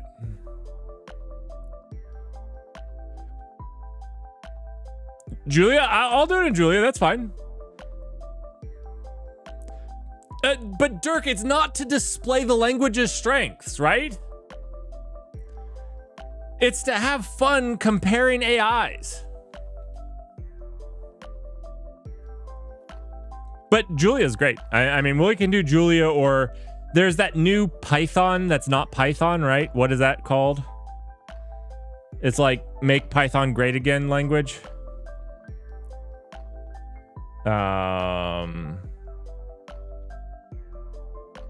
What is that language? Not Zig. It's like it's Python, but not Python.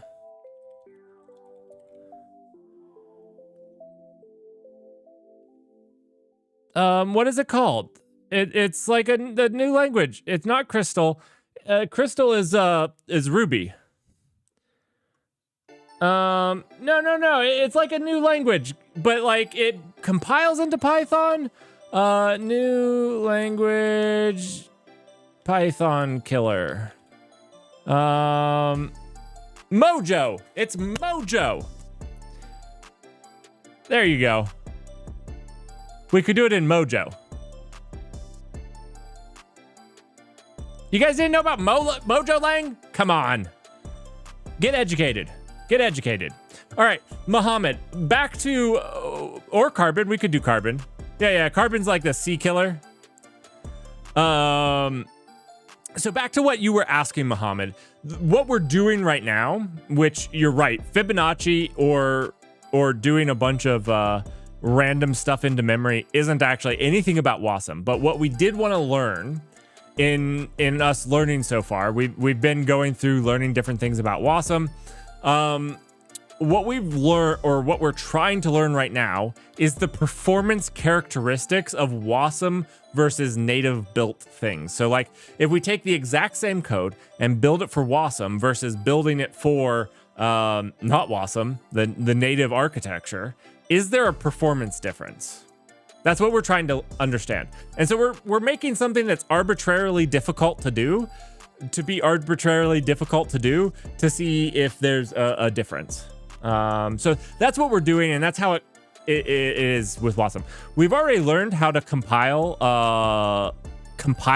for WASM and things like that, and run it and do some of those things.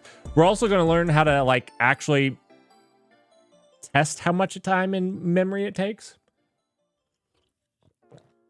All right. Back to writing something that's not this. This is crap. Who told me Fibonacci? Modern CPUs are way too good at Fibonacci. Way too good. I did that wrong. All right. So,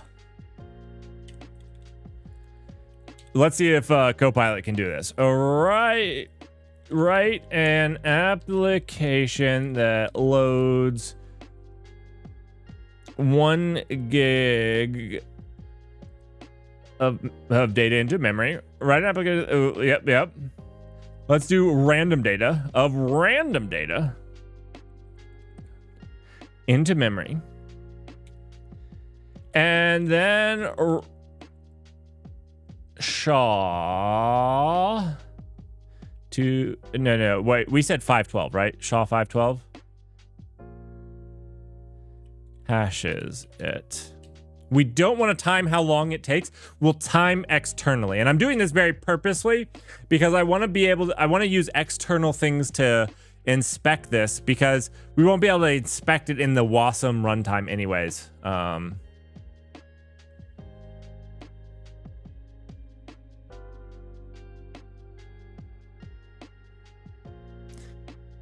Wow, so clutch. Let's try Mojo. I want to try Mojo. We'll try Mojo on a stream. If you're interested in trying it, I have no skin in the game. I'm happy to try it, and I'm happy to hate on Python, 100%. So let's no, we don't beep out Mojo. We don't beep out Mojo. Let's Mojo it up one of these times. Let's get our Mojo on. Application should print the hashes as hexadecimal string. There. Yep. Let's do it. All right. Done. This is a simple thing. Yeah. Good. It always wants to time it. And add bash.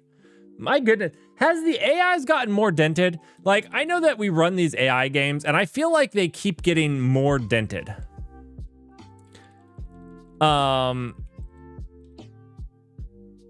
So we need Rand and Shaw.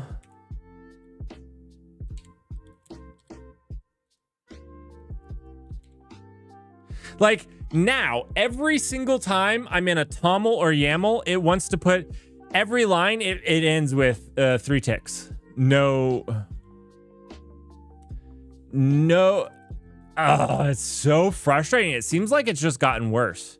10.8. I'm actually getting pretty annoyed with it. Oh, quick question. So in the 1v1s here, where the one person is supposed to be using purely AI and I'm supposed to use purely just Google. Are they allowed to do minor corrections? Minor corrections.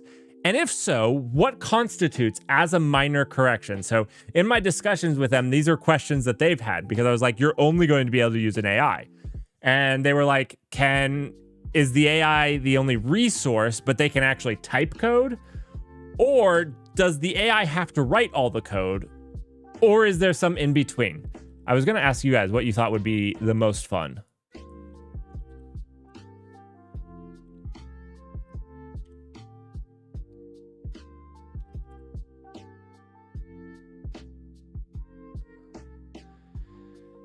The Twitch Turing test. This is, you guys are going to play the Turing test.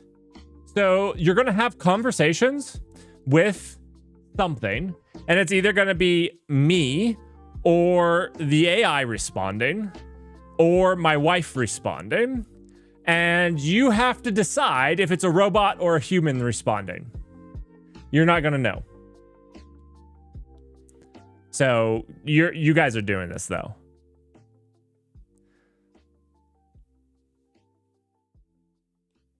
So we're going to do some like software engineering questions, and we'll do some multiple choice. Like here's 3 responses. Which one's the AIs? Which one's not? I thought it would be fun. So usually in the coding challenges in past AI games, we've only done coding challenges where we've only done this portion here, but I'm trying to make them a little bit more fun for Twitch. I'm trying to get a few more interactive things. And then this is going to be these one-on-one competitive things, like who gets it done first the fastest, which should just be fun. It's just meant to be a little bit more fun. Because what we're trying to do is every 6 months, I'm trying to gauge where the AIs are. Or I like to say the machine learning, because I don't like artificial intelligence for a lot of reasons. I actually think that... okay, is this just all dented? This might all be dented. This might just be the language server. I actually think that OpenAI...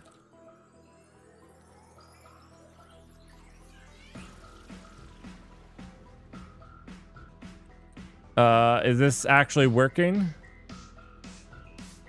It says there's no valid diagnostics. I think OpenAI has actually held back advancements. Everybody's flocking to the GPTs, and I'm just not sure that they're the way. They do some pretty cool stuff, but let's just try compiling this. It works. Okay, so let's just... I think we need to do this in a loop. Maybe we don't need to do this in a loop. This might be computationally complex enough.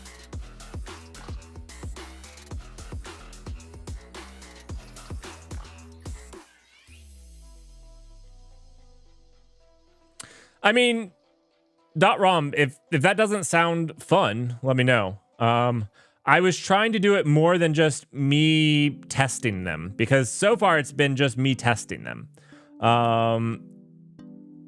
So I was trying to do something that was a little bit more fun, something the community could get involved a little bit more in. So you guys are actually going to do the Turing test, and you guys are going to get to vote. So does Wasm have a source of random? I don't know if Rand will work in it. Holy crap. This is taking forever. It is in debug mode, so like it's non-optimized at all. Was a gig of memory... Is this... I didn't actually even check this. Okay. So we have U8s, 1024 by 1024 by 1024. Okay. That's a big vector.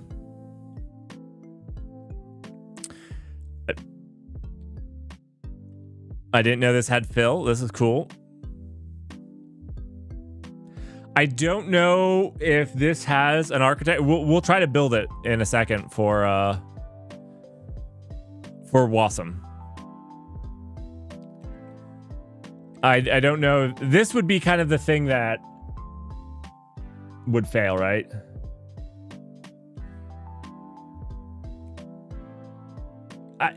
This kills me because I'm always like, oh, it's about to finish.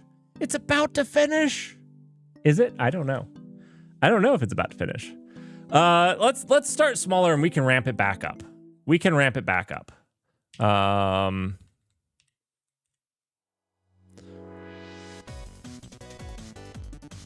We'll just cut one of these off. There we go. That happened too fast. Oh no, it's timing again? I didn't even look at that. My goodness, I keep telling it not to time. All right. Yeah, don't use instant. That just runs way too fast. Okay, so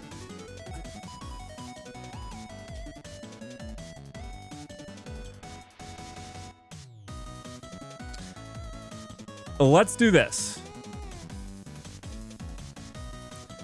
Cargo, build, release. Cargo, build, release. And let's see if this is better. Yes, I know it's called yeah. So a gig's not too bad, just in dev. A gig's not too bad.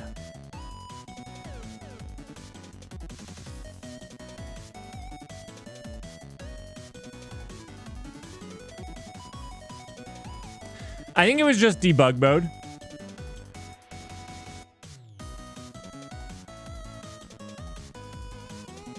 So let's build this for Wasm. Cargo, build, release, target, Wasm, Wasi. There we go. I don't know why I hit tab.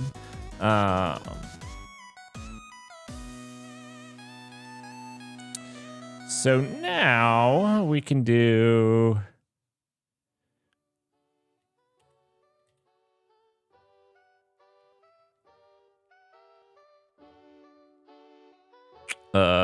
this was not what I wanted to do. Not at all. We can do this though. We'll do this. Let's see.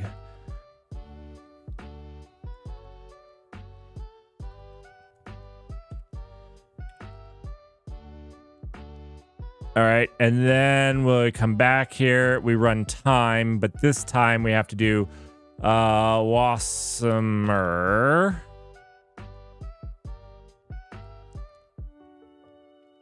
And then this is Wasi release. All right, and then we got to go through it. We were doing a reverse algorithm first. I know the name's wrong. We'll fix it. We'll fix it. Did we build for the Wasi? Yeah, we did. Okay.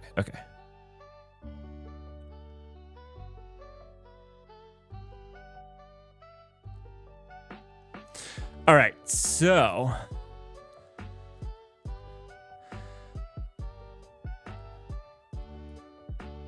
interesting here. The native code seems to run much quicker.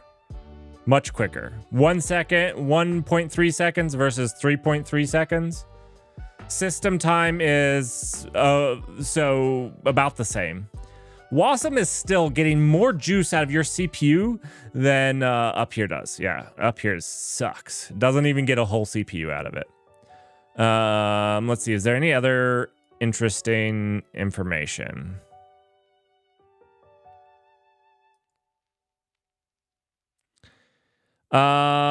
This is looking to be a little bit larger. Yeah, this will be something interesting to see over a lot of runs, but it's fairly negligible. Fairly negligible.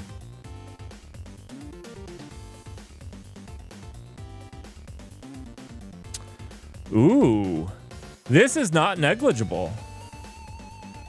This could be like the whole time that's wasted is just the page faults.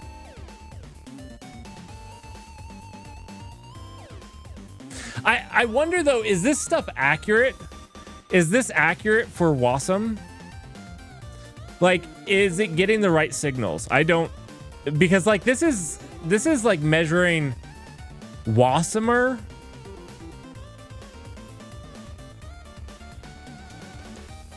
Also, it's Wasamer Run. Maybe I don't know if it seemed to work without the run, but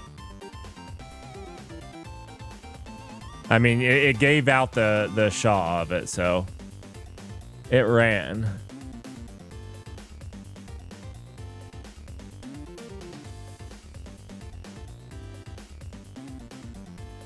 We'll have to run a bunch of tests, right? We'll have to run a lot of these to see if this is consistent or not. Because obviously there's other stuff. So what I have to do, one, you have to run a lot of these. And the other thing is I'll have to do it when I'm not streaming or anything with the Twitch chat or anything like that. To try to get it as clean as possible. And then what I'll do is I'll run these in loops as well. But the page faults is an interesting thing. But again, I'm not sure I'm actually testing the right thing. Let's ask ChatGPT.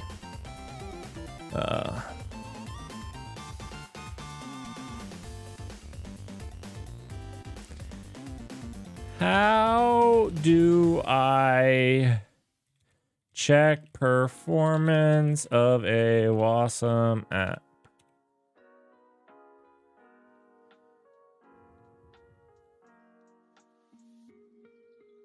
I'm not running in.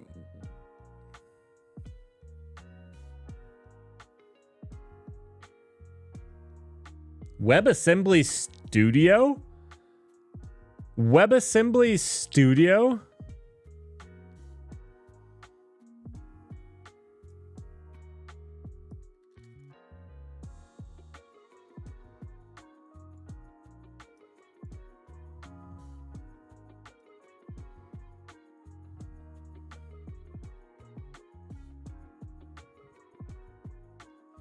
So I don't want to do this. I don't want to do internal tools because I could do internal things, but then I'm not, unfortunately, those tools are affecting the execution as well.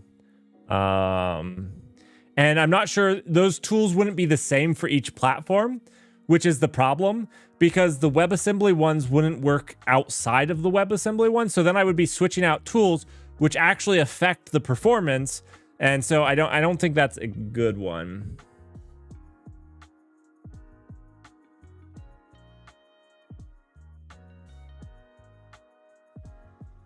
Is this a real thing or is it just like hallucinating this?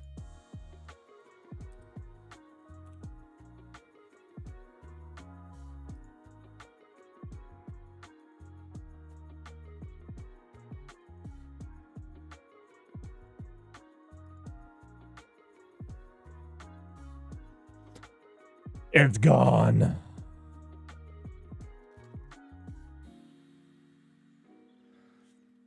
ChatGPT lied to me.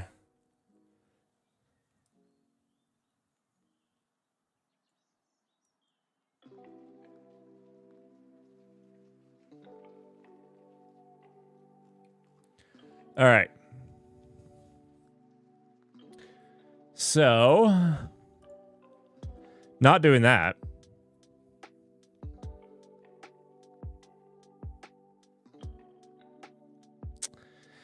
So my worry here, you know what? I guess I don't care because if I'm hitting Wasm right here, like this is checking Wasm or Wasamer, but like the runtime is part of the overhead, right? So in the end, do I care? Maybe I just don't care, right?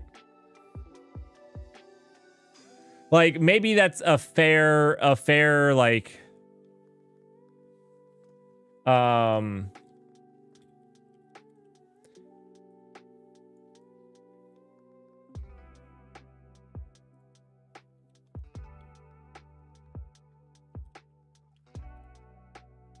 Maybe that's a... do they not just have a perf library? Arch perf.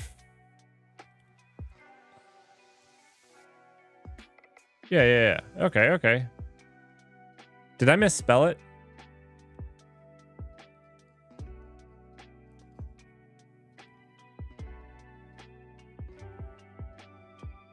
Or are these all the things it's going to install? I thought it was asking me to select one.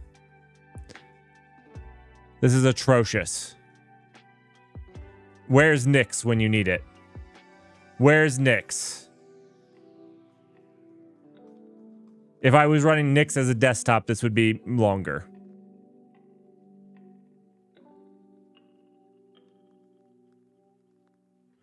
What the... Oh, I did Y. Oh my goodness, I'm an idiot. All right.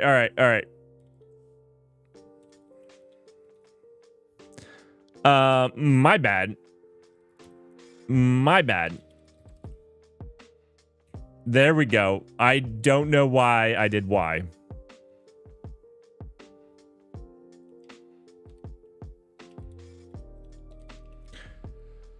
All right. So we can do perf. We can also use sysstat and oh, somebody recommended it earlier. Oh, plot, GNU plot, as well.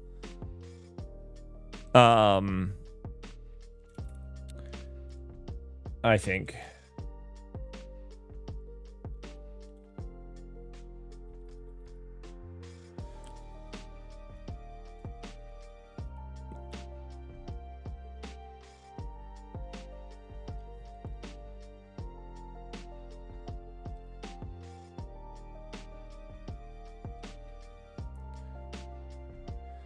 All right. One thing that we need to do really quickly is rename this from reverse. What is this? This is shine. What we probably need to actually do is do this twice or 5 times. Thank you so much for the follow. I hope you're having fun, or at least learning something. And there is your custom message made just for you.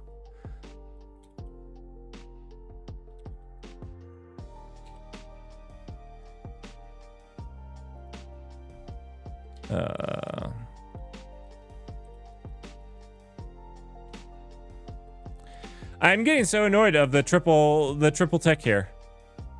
Like, ChatGPT has gotten, or Copilot has gotten so busted, it's like unusable. I mean, it's usable, but it doesn't help you any.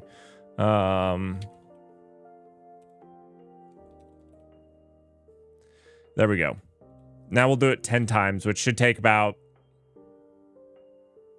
20 seconds with Wasm. All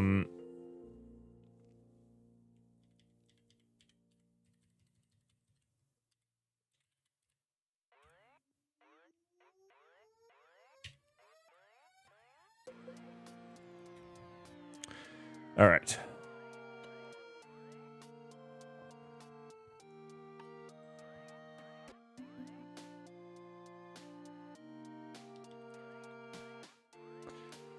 All right, I guess let's just kick it off with perf and see what it does. See what it says. We'll give it a little bit of extra time. I think we'll start with just stat. Perf has a couple things. Can we just do this? I think I haven't used perf in a very long time. Like, I've only used it like once. I think it's stat. No, not stat.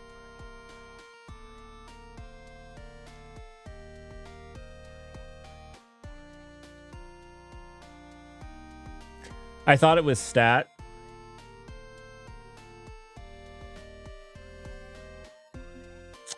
It is not stat. No, it is stat.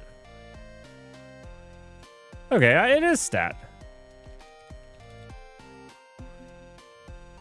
So we have let's see, we have a target.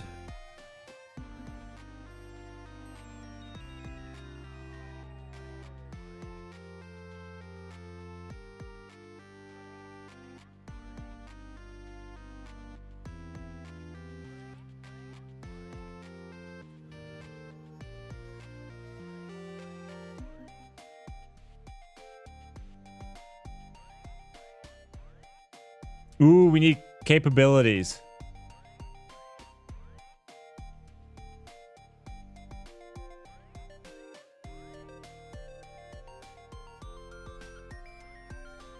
Do they have a way to do this?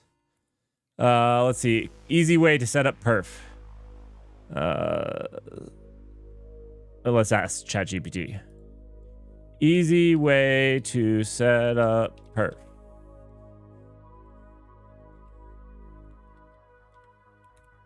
Is there like just a setup? Can I just run it with sudo?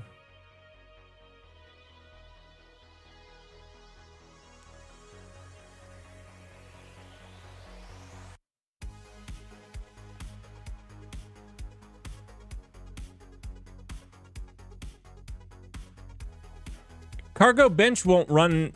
Like, so the problem with cargo bench is that I can't run it in Wasm then, right? Cargo bench is going to use my system architecture only. That's what I was saying, is I can't use benchmarking tools that are specific to the platform, right?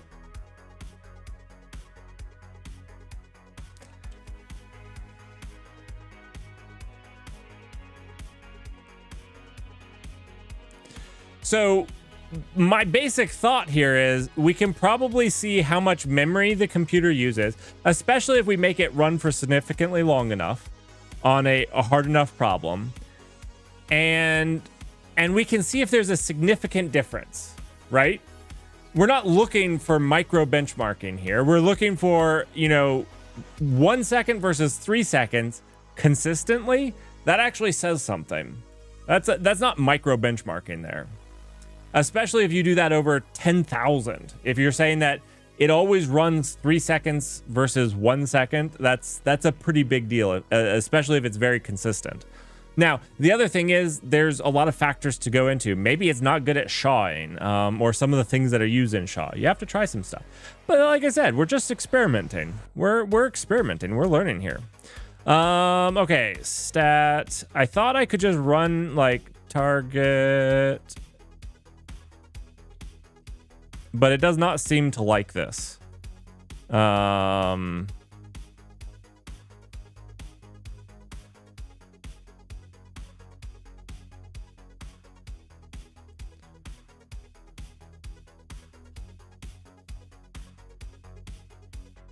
Oh, did I ask Chat? No.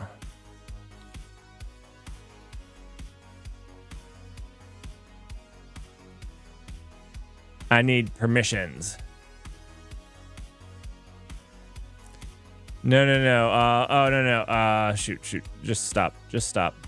How to use perf stat on Linux. There we go.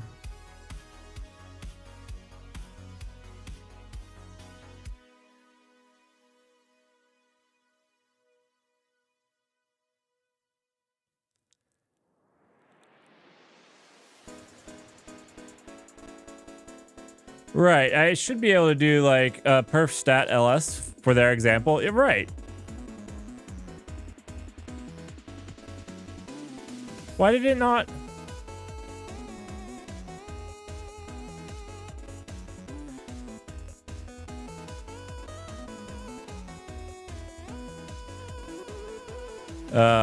One second. It might just be that it doesn't have good support. I think that's all it is.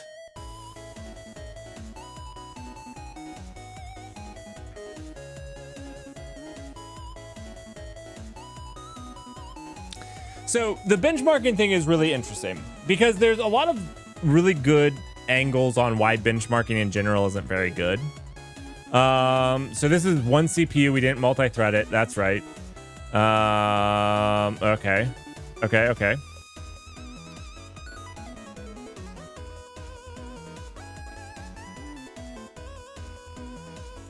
And it mostly happened in user space. Looks good. What we need to do is the Wasmer one. Okay, so I have some thoughts here. There's a lot of really bad benchmarking. There's a lot of ways you can manipulate. So I'll take it with databases. There's a lot of ways people manipulate database performance benchmarks to look better. There's a lot of ways they can put the data to make their database look good in this result, because you're optimizing for that database. And optimizing for it is actually really difficult, and requires knowing your data, requires knowing your database well. It's really difficult. And so a lot of these benchmarks are really bad.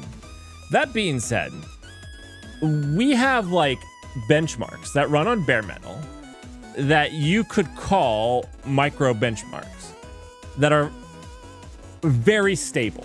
On that computer, that benchmark will run at that speed very, very consistently. And it can help with regression testing. You know, this 14 seconds versus 32 seconds, almost double the time, which is what we saw in the last one, which was 1.5 versus 3 seconds. Like, this is pretty consistent. You can draw some things from this. If this is all, let's run it again. I bet you, even with everything that's running, the music's running on this, the Twitch chat is burning my system down. I have the monitor up over here. Discord is up, but I bet you it will take about, I will say 30 to 35 seconds. Watch it be like one outside of that, but it will be very, very close. And then we can run it 100 times. Even in this, we're testing this, what, 1, 2, 3, 4, 5, 6, 7, 8, 9, I think 10 times. I think we did 10 loops. So even in this, we did 10 loops, we tested it 10 times, and we got really, really close. Like, look at this. Look at how consistent that is. This is where, like, I don't know. These are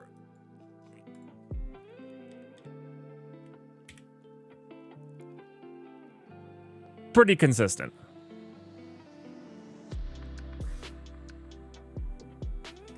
We can try the perf record. Yeah. All right, I want to look at some of these other things. So the time seems to be quite a bit better running natively. Okay, so let's look at this. Okay, okay, that makes sense. Cycles. Okay, yeah.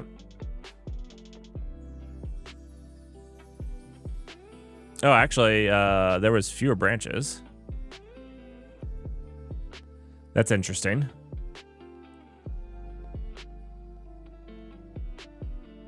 I don't know that there's much else interesting here.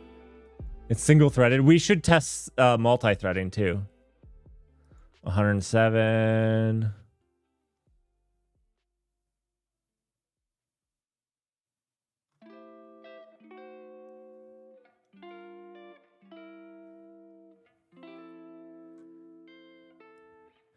More page faults.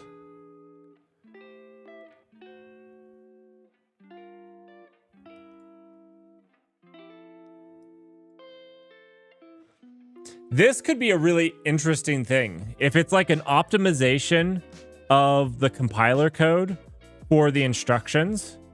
So we definitely need to test something that's not SHA, because there's possibly very specific things that are getting optimized for SHAing. Like, because, so basically modern CPUs do these cycles where they can fill up these registers and things to do stuff. And I'm not sitting here saying that I'm a vast expert on any of them. I dabble, but so one thing that I do see is that we're getting more instructions per cycle, which could be a big deal.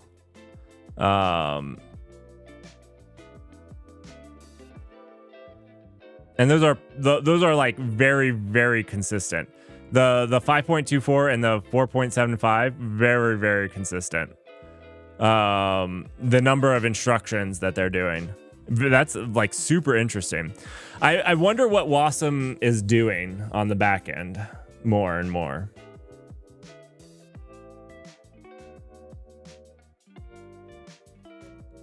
Right. .rom, that's the, yeah, exactly.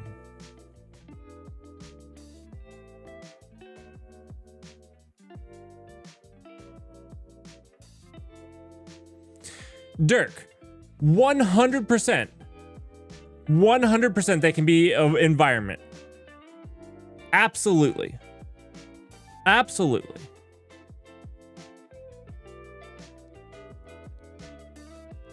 They can be environment. They can be the type of algorithm. They can be a full range of things. But you can't say that, like, you can't try. Because if you just throw up your hands and say, we can't try, it could just be just about anything. I mean, then sure, it could be just about anything. You know, we can't say that Wasm is slow, 2 times slower for every type of workload. Now, SHA 512, I would go out on a limb and say it's about half the speed for SHA 512.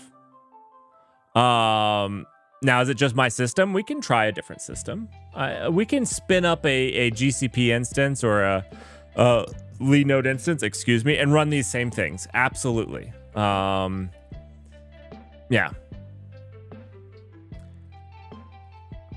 But I would say that if Wasm is so sensitive to the system that it will be half the speed, that's actually probably a big deal. We should understand that better. Like, if your server, it's so sensitive it could slow your code down by 2 times, that's probably a big deal, right?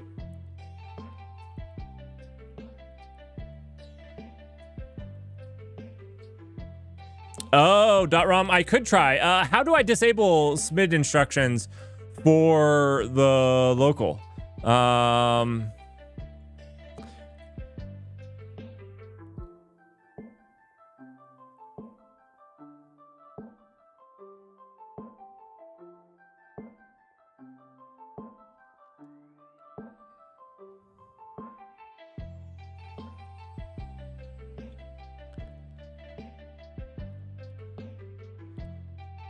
What is this? What is this?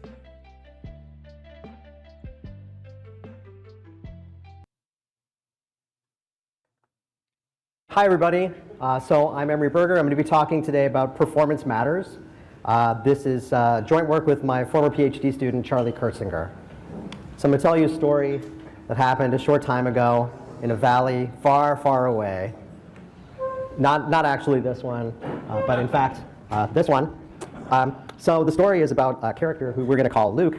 Luke is our hero. Of course, he's a hero in Silicon Valley because Luke has an idea for an app. All right, so here's Luke's genius idea for an app. Basically, you use your smartphone and you take pictures of things, and then it goes and finds matches, and returns them to you. And he's got a great name for it as well. It's going to be called Ogle. And he's pretty sure Ogle is going to totally disrupt image search. Nobody has told him about Google image search yet, but anyway. So he sets about building it. So he makes the prototype Ogle, right? So the prototype Ogle works like this. You take a picture. It gets sent off to the Ogle data center.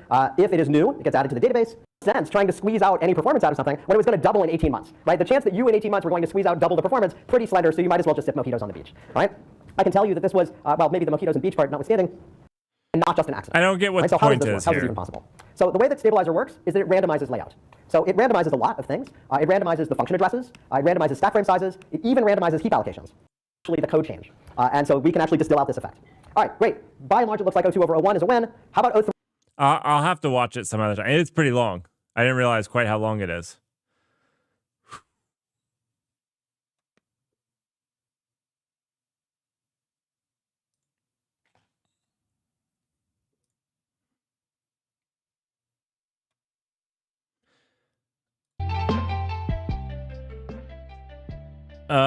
Yeah, I guess I don't get what you're saying, Dirk, but okay, we were going to try to get rid of SMID instructions. Can we do that for Rust? I have never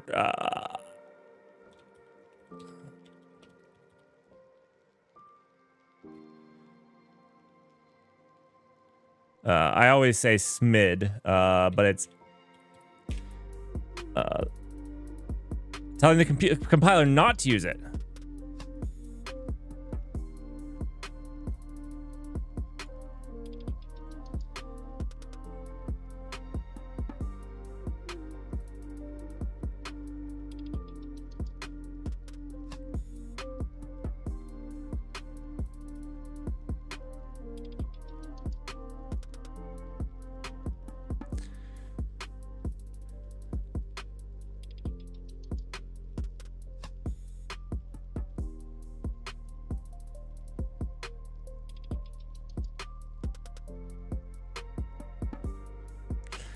This isn't what I want. I want to just disable.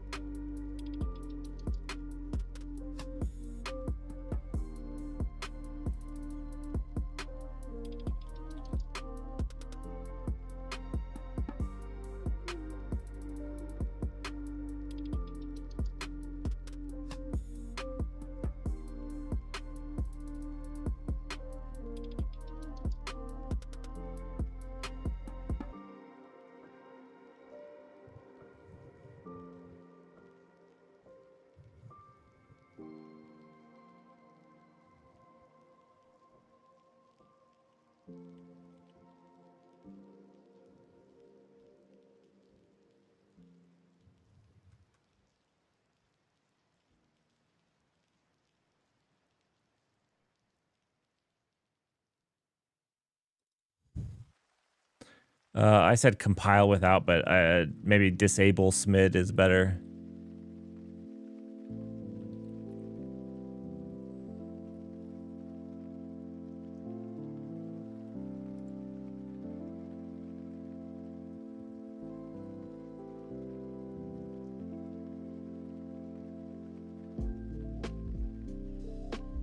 Do I have to do the SSE3?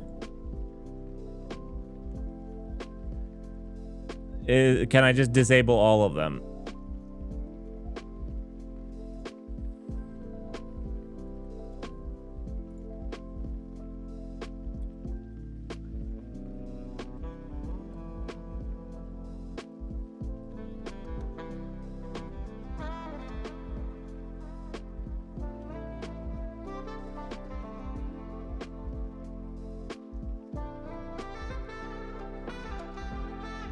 Okay, we'll just do this one.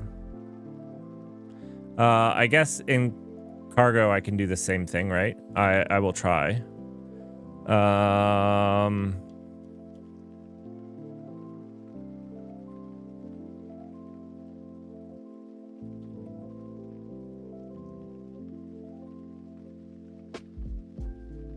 then we need this just to be a minus. Maybe not.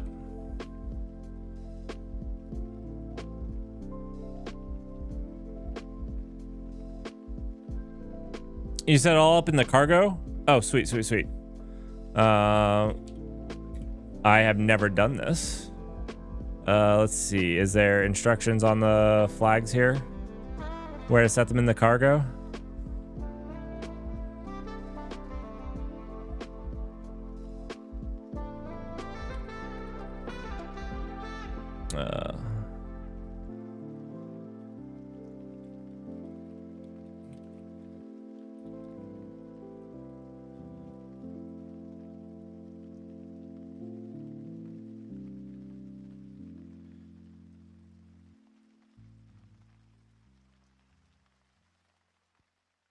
Okay, so we'll just do this. We'll try this.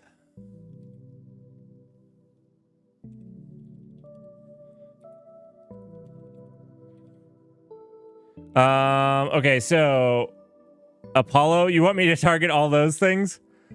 Oh gosh. Okay, okay, I can do that.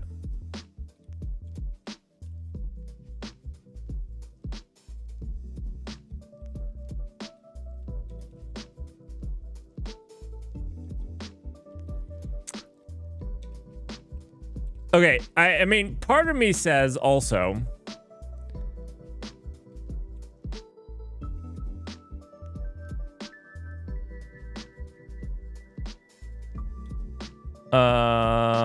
let's see. It didn't like this.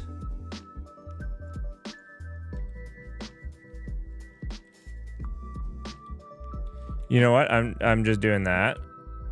There we go.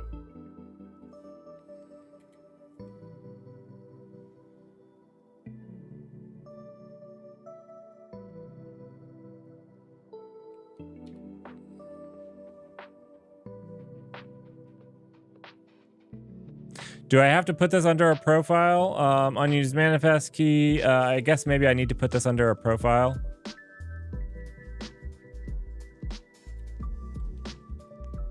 I don't know. I've never done this. Yeah, that's not, I don't know. I have no idea what I'm doing here. Let's see. You had this, which Apollo, I'm not sure. I don't really have a package name. We'll call it reverse. Sure.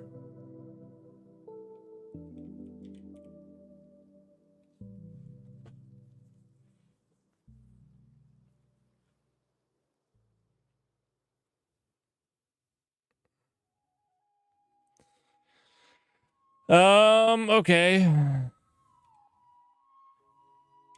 Let's see.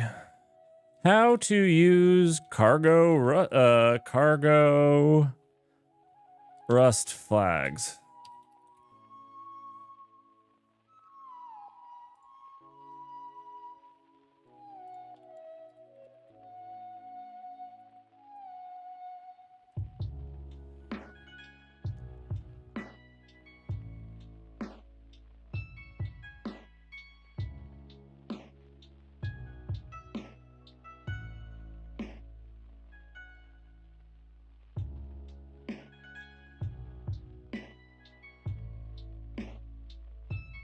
We can just do it in build. I mean, that'll be fine.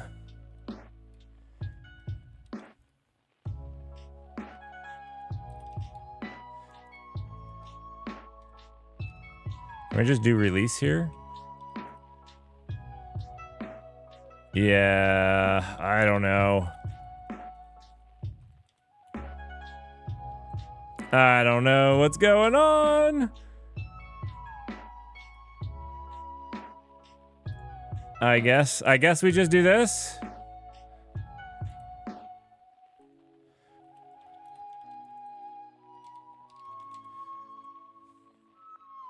One second, we want to do this whole thing. We want to do this whole thing.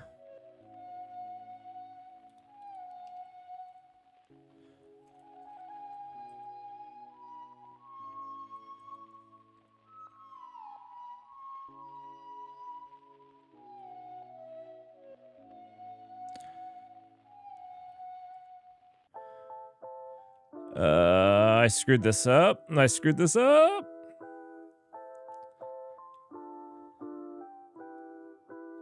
Yeah, I thought the build, I agree. Builds is for build script. I don't know. I was just trying stuff.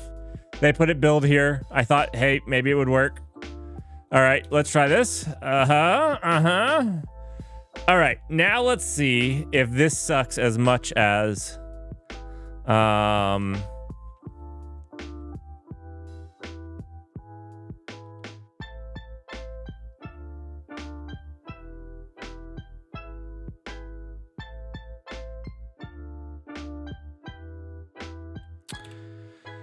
as much as Wasm does. Oh, it feels bad. That feels longer, I believe.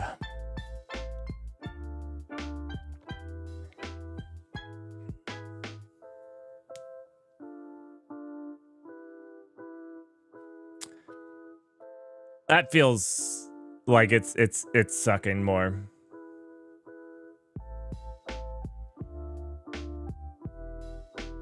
It actually sucked less than Wasm did. Surprisingly, it was worse than normal. It was worse than normal, right? Normal was what, 14 seconds? Yeah. So it was worse, but not quite as bad. And trust me, we disabled lots of stuff. It was not using any of these things.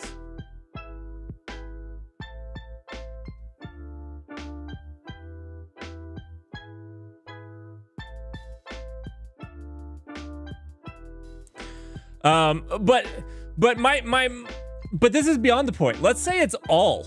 Let's say 100% it's these things. If these things aren't being utilized by Wasm, it will never reach native speed, right? It will never be as fast as a native application if you're not leveraging all the SMID the things. That's why those things exist, is to do more things in the same number of cycles. 5.39. That's actually more things per cycle, right? Yeah. Oh no. Yeah. 5.24. It's actually doing more things per cycle, which is interesting, but it obviously had more instructions to do because it took longer.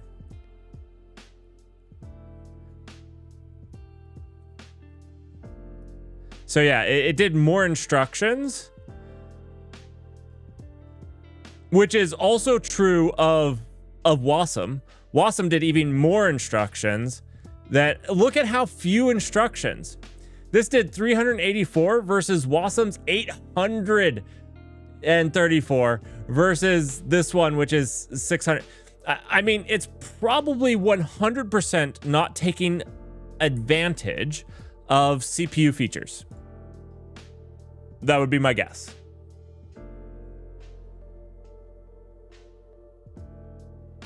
Yes, Dirk, you can say it again if it would make you feel better. Go ahead and say it again. Go ahead and say it one more time to make you feel better, and then you can move on. I get it. We've heard it. Completely useless. We haven't learned a thing in this. No learning has happened tonight. This has all been useless. We'll move on.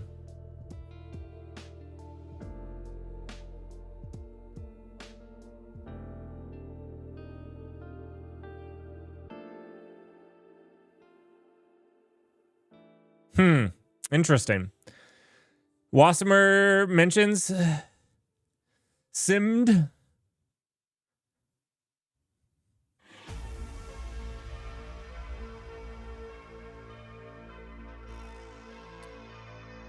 Cool. It's doing extra instructions. We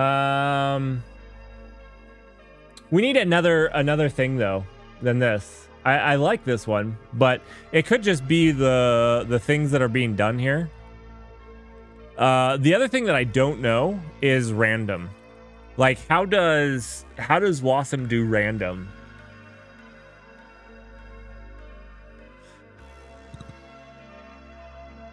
I'd be interested in that too. Yeah. Lots of different things, honestly. Absolutely lots of different random things that could be going on here.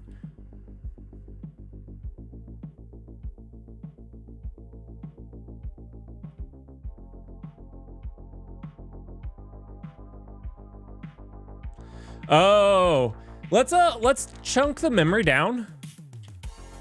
Let's chunk the memory down and up this. So we'll do 100 loops. That's actually an interesting thought. Let's see if like smaller memory has a big impact on it. That would be really interesting. See, that's like one of those things you can do while doing micro benchmarking. Like, it's like you could learn something from it. It might be amazing.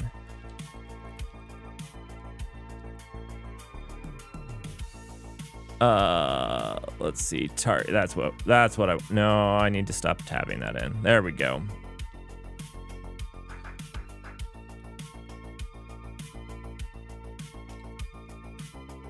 All right. Let's see how this goes.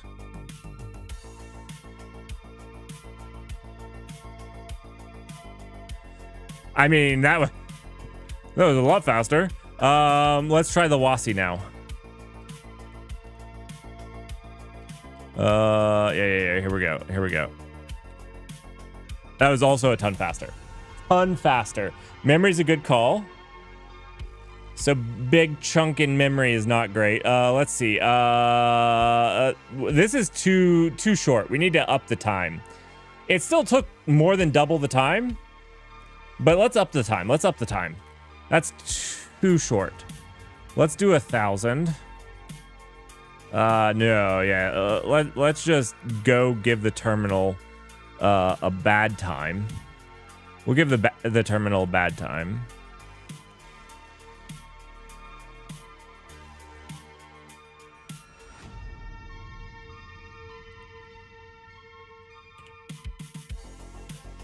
The Matrix. It's happening. It's happening.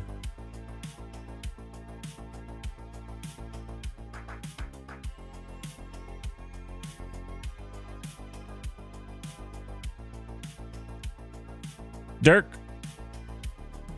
The idea has always been to test it out with a bunch of different things. That has always been the plan from the very beginning. We said we wanted to try a bunch of different things. We just want to try stuff and learn. Absolutely, Dirk. Absolutely.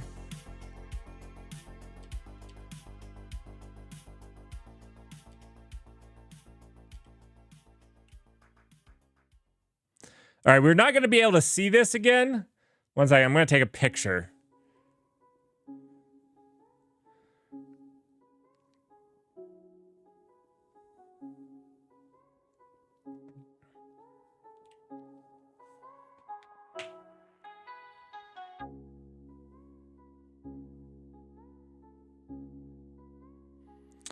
We probably should stop it from printing to the terminal.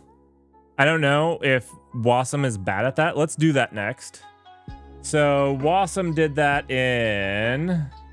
where's my camera app? So yeah, this is 13 and Wasm did it in 32. So actually, the big chunks of memory don't seem to affect it too much. Unless this is still considered big chunks of memory, but that would be going too fast. Let's delete this line and see if that changes anything.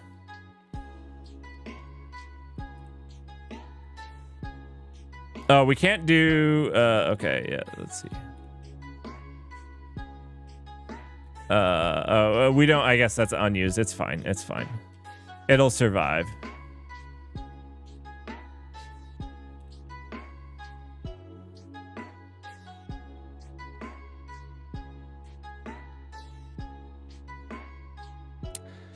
If it optimizes the loop out, that's okay with me. I'm okay with it optimizing the loop out, right? It should do the same optimizations for Wasm, right? I'm not concerned about what the Rust compiler optimizes, because if you're telling me that Wasm won't optimize that out, that would also be a problem, right? Like, that's what we're learning right now. 100%. 100%. It doesn't seem to have changed, right? 32 is exactly how much. Actually, this is getting more consistent than I thought it would be. 32.2 was the last run.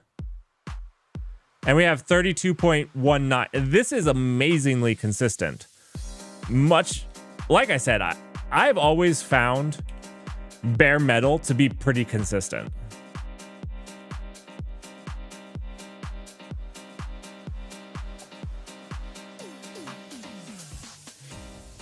But yeah. Yeah. Very, very consistent.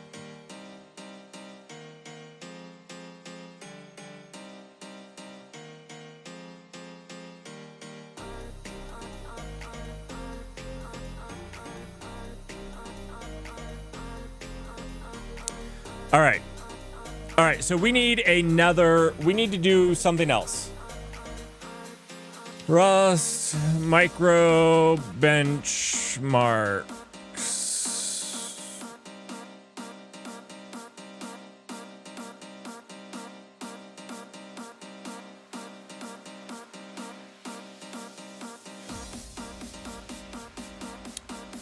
Do you have a good repository of them?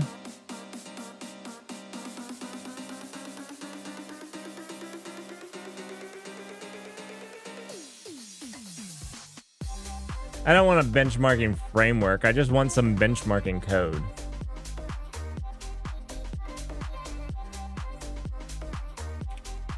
Oh, I have bend marks.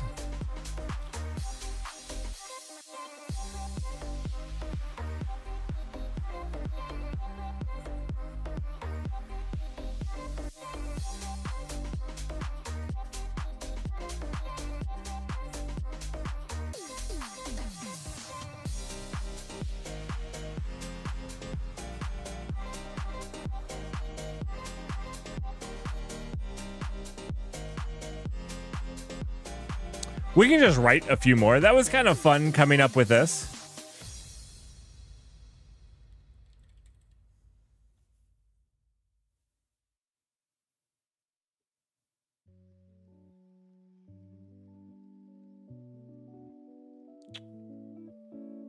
Although it is late for me. So I think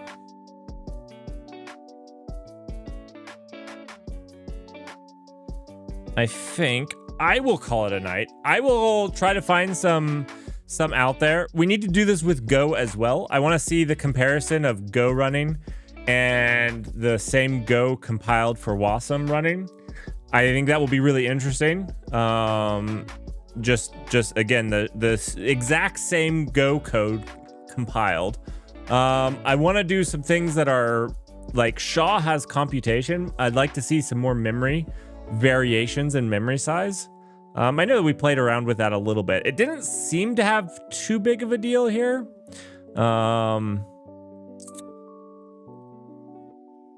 it didn't seem too big of a deal. But I'll try to find some other benchmarks to do.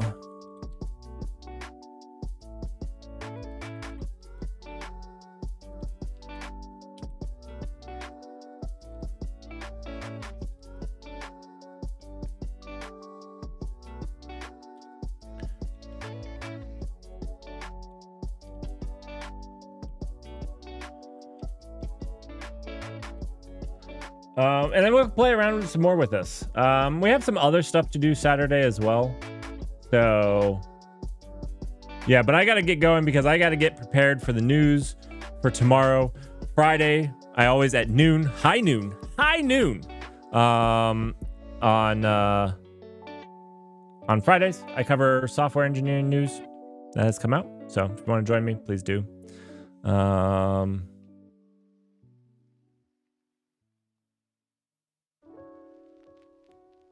Is Bend a new... it's something like Bend. New language, Bend. It's not Bend, right? It's not Bend. It's,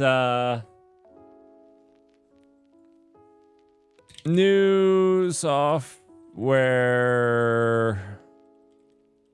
languages. Oh, these are your new ones? These are our new... Elixir? Swift? What are you guys drinking? Oh, these are... I don't... Okay. F Sharp isn't new. Clojure isn't new. Elixir, PureScript. Ugh. The internet has failed me.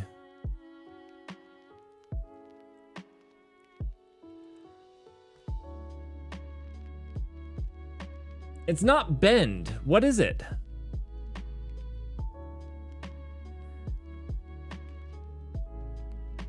Gleam. It's Gleam. It's Gleam. Thank you very much, Apollo.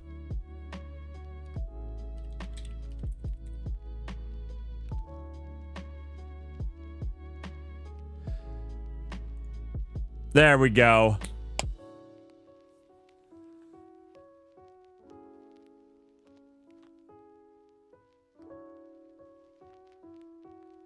I actually want to try Gleam because it almost looks like it has Rust type system and Go's garbage collection.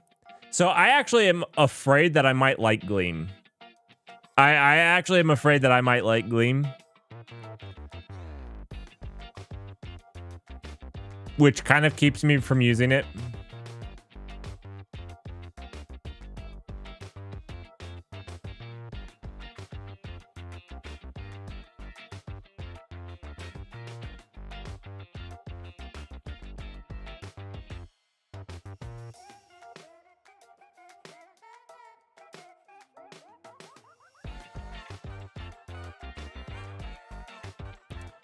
You're actually talking about Bend. Okay, GitHub Bend. Oh my goodness. Oh my goodness. Bend offers the feel and features of expressive languages like Python and Haskell in the same sentence. Ooh. Ooh. Fast object allocations. Full support for higher order functions with closures. Unrestricted recursion.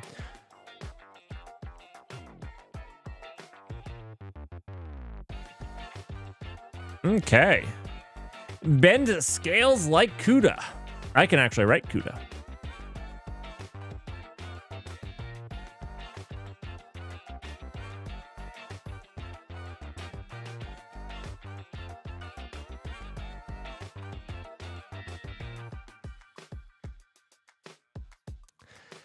So practically wise, this isn't actually practical, honestly. Unless if you're talking about programming for a GPU, this isn't practical, right? GPUs are about the only, and let me actually rephrase that to NVIDIA GPUs are the only ones that really do this really, really hard. Like Intel GPUs, I don't even think do this really hard. They handle the problem a different way. At least that's my understanding. I haven't dug deep into it, but there's very few real applications of, 100,000 concurrent threads or 10,000.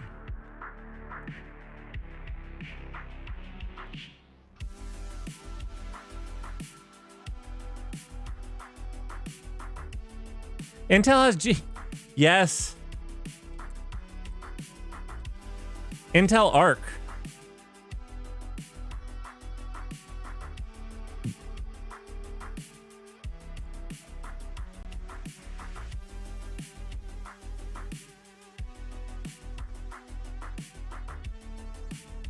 See, they only have 32 cores.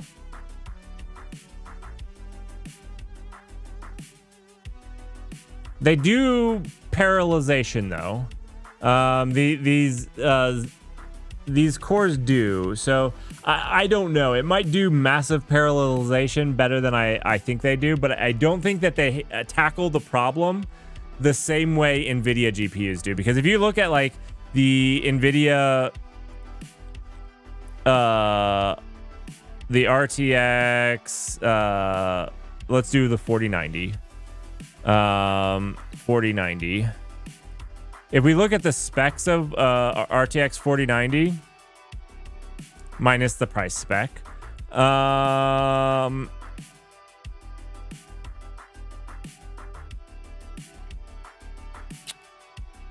just want to view full specs, please.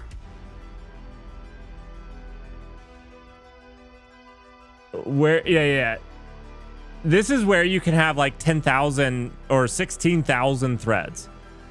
NVIDIA is specifically the CUDA cores is like the one that I could see Bend being used on in place of learning CUDA, which CUDA also allows you to take care of all of these as well. This is all, the only reason I bring this up is it feels like a very niche thing to build a language around, because I feel like it's not as applicable as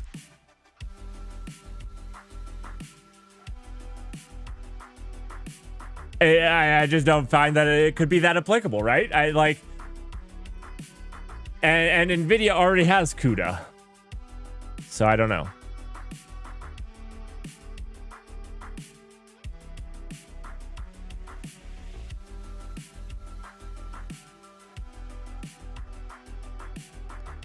You bet it's better than writing CUDA. It could be writing it better than writing CUDA. That's fine. That's fine. I was just merely pointing out that I found it to be a fairly niche thing to be chasing. That type of parallelization is pretty out there. That was all.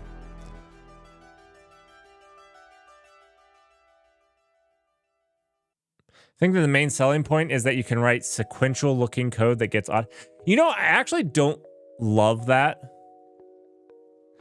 Okay, unless if I'm writing something for a GPU, I don't actually love it gets parallelized behind your back. I don't like it, but I mean, maybe that's just because my brain's too small. Yeah, it's very possible.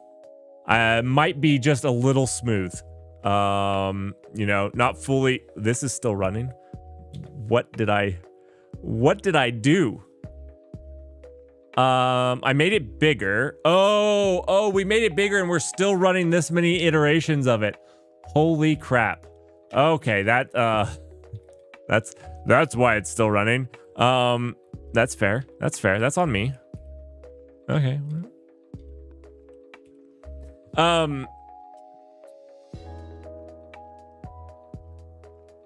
Yeah, I don't like things paralyzing things without my explicit permission. It bites me every single time I do it.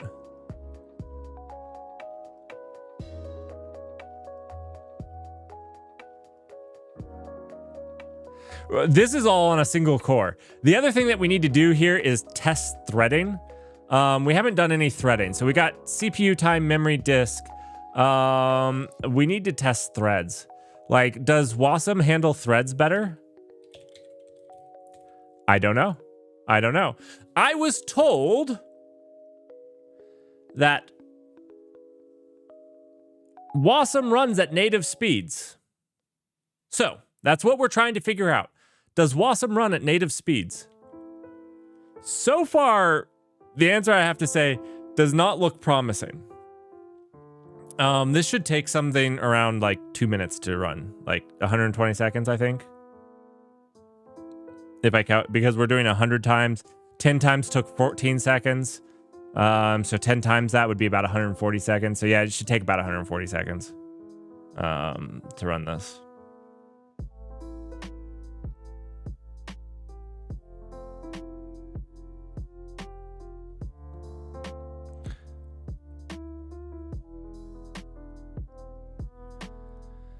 Two times is well within range?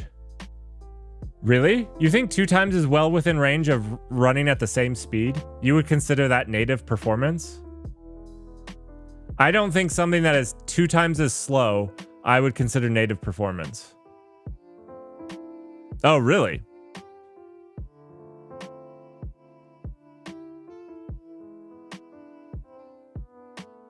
So if my application needed 1,000 machines, it would need 2,000 machines with Wasm.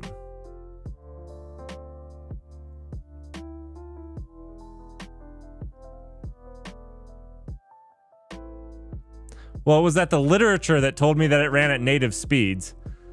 So native speeds would be what this runs natively, right? Oh my goodness, my napkin math from my remembered things were so spot on. I said 140 seconds. My good old computer. You deserve a raise, little computer.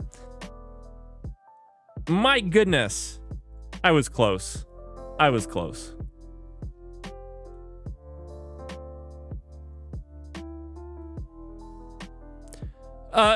Yeah. So is 1000x, right? That's still constant. Being constant doesn't mean near machine code. The scaling factor has nothing to do with whether it's linear or not. I mean, this is a constant line and this is a constant line. Both of these are constant. And as you move across them, they don't. This is your logarithmic lines. These are your exponential lines. These are very bad. These are good. These are generally good as long as you don't get too big.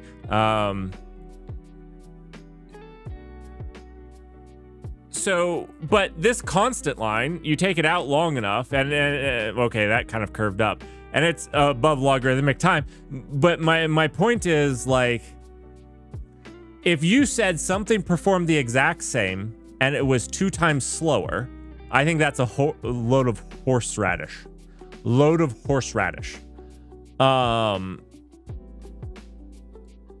You can't just say, well, because it performs 2 times slower consistently, it's the same. That doesn't really fly, right?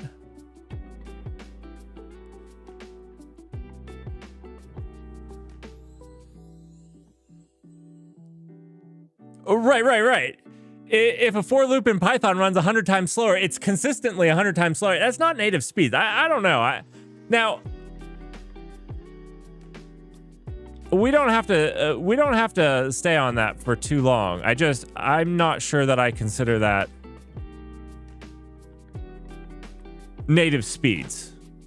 Now, again, maybe they're talking about the higher level ones. This is why I also want to do this with Go, because maybe they truly are, like, maybe like Python, honestly. Maybe Python runs faster in Wasm.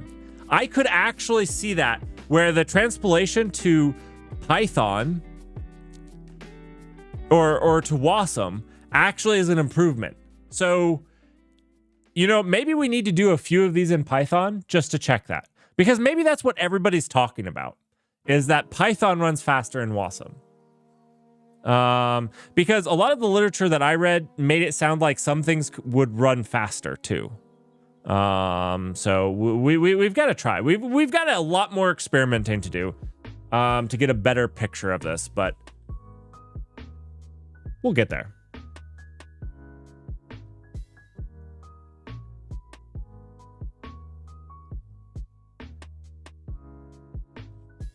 This reminds me of an article. It was either Netflix or Uber.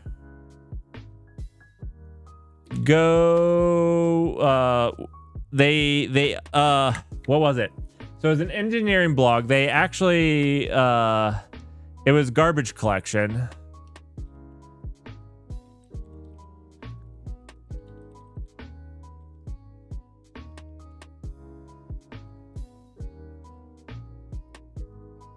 How we save 70,000 cores across 30 mission critical services with garbage collection tuning.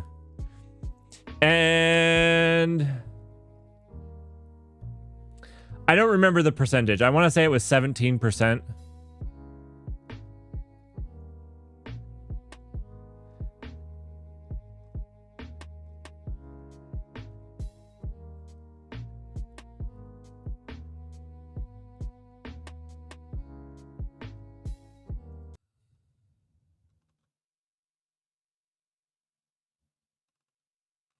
I forget the actual improvement.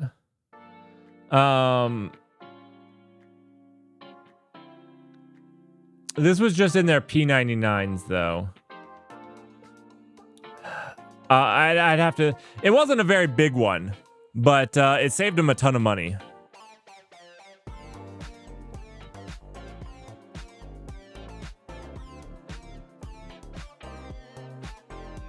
This one should run for... Ooh, I can't do the napkin math on this one. This one will run for a while. I'm guessing like 400 seconds. 400 seconds is my guess.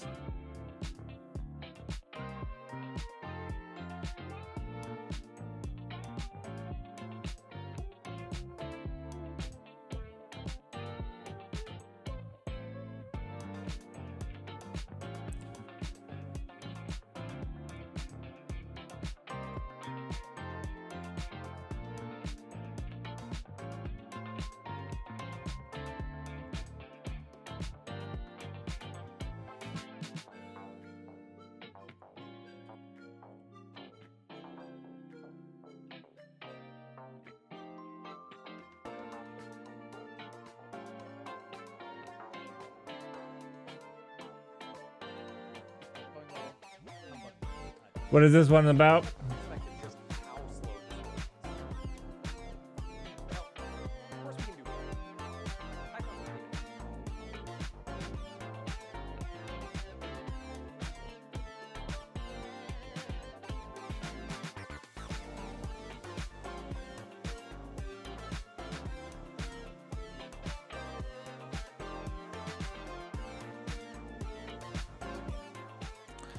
C itself isn't even that well. C isn't native. I mean, I complain about transpilation, but all of our code is transpiled into something that our compilers can that is actually native. So when we build this for Wasm and when we build it for native, we're just transpiling it to Wasm, which is a generic code set that runs in a VM, and we're running it, or we're transpiling it to effectively assembly instructions. Right, and it's all about that compiler and how it can optimize for it. And compilers do a lot of stuff, which would even come down to your C, C++ compilers. How much can they optimize for you? Absolutely.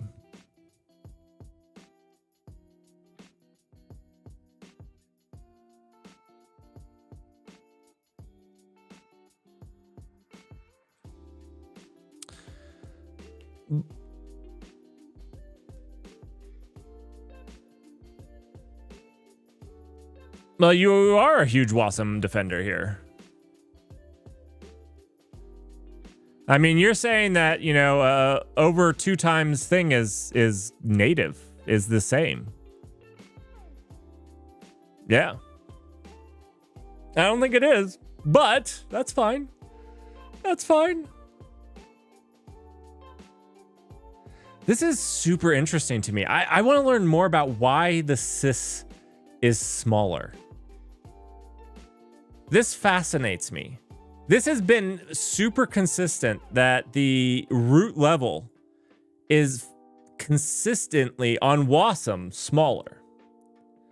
I wonder if it's because like the VM is already running, Wasm is, and so like those low level things have already been done for it. It's interesting.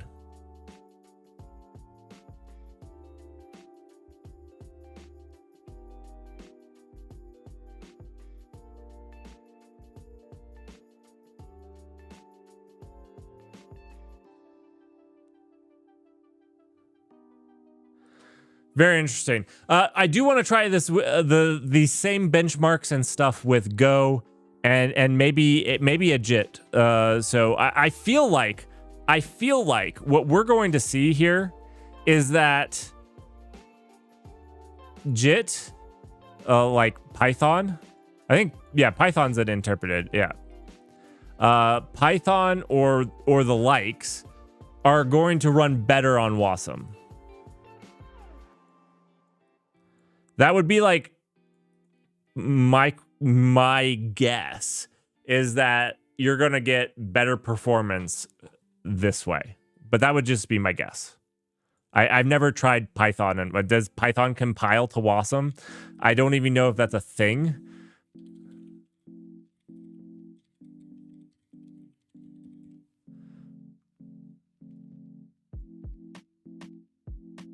Okay. So Py to Wasm. Yeah. You're basically taking Python and converting it to a better language. That's what you're doing here.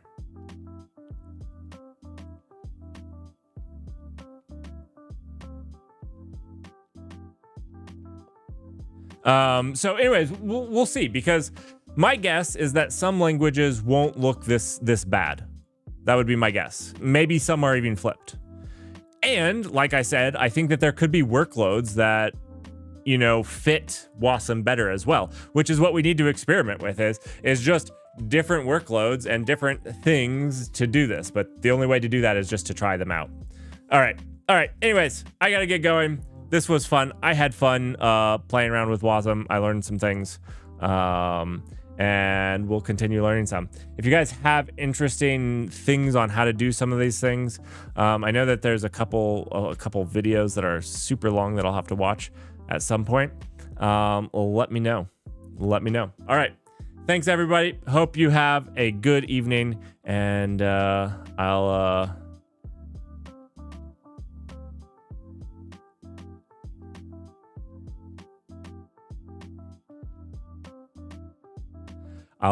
see you guys later. Thanks, everybody.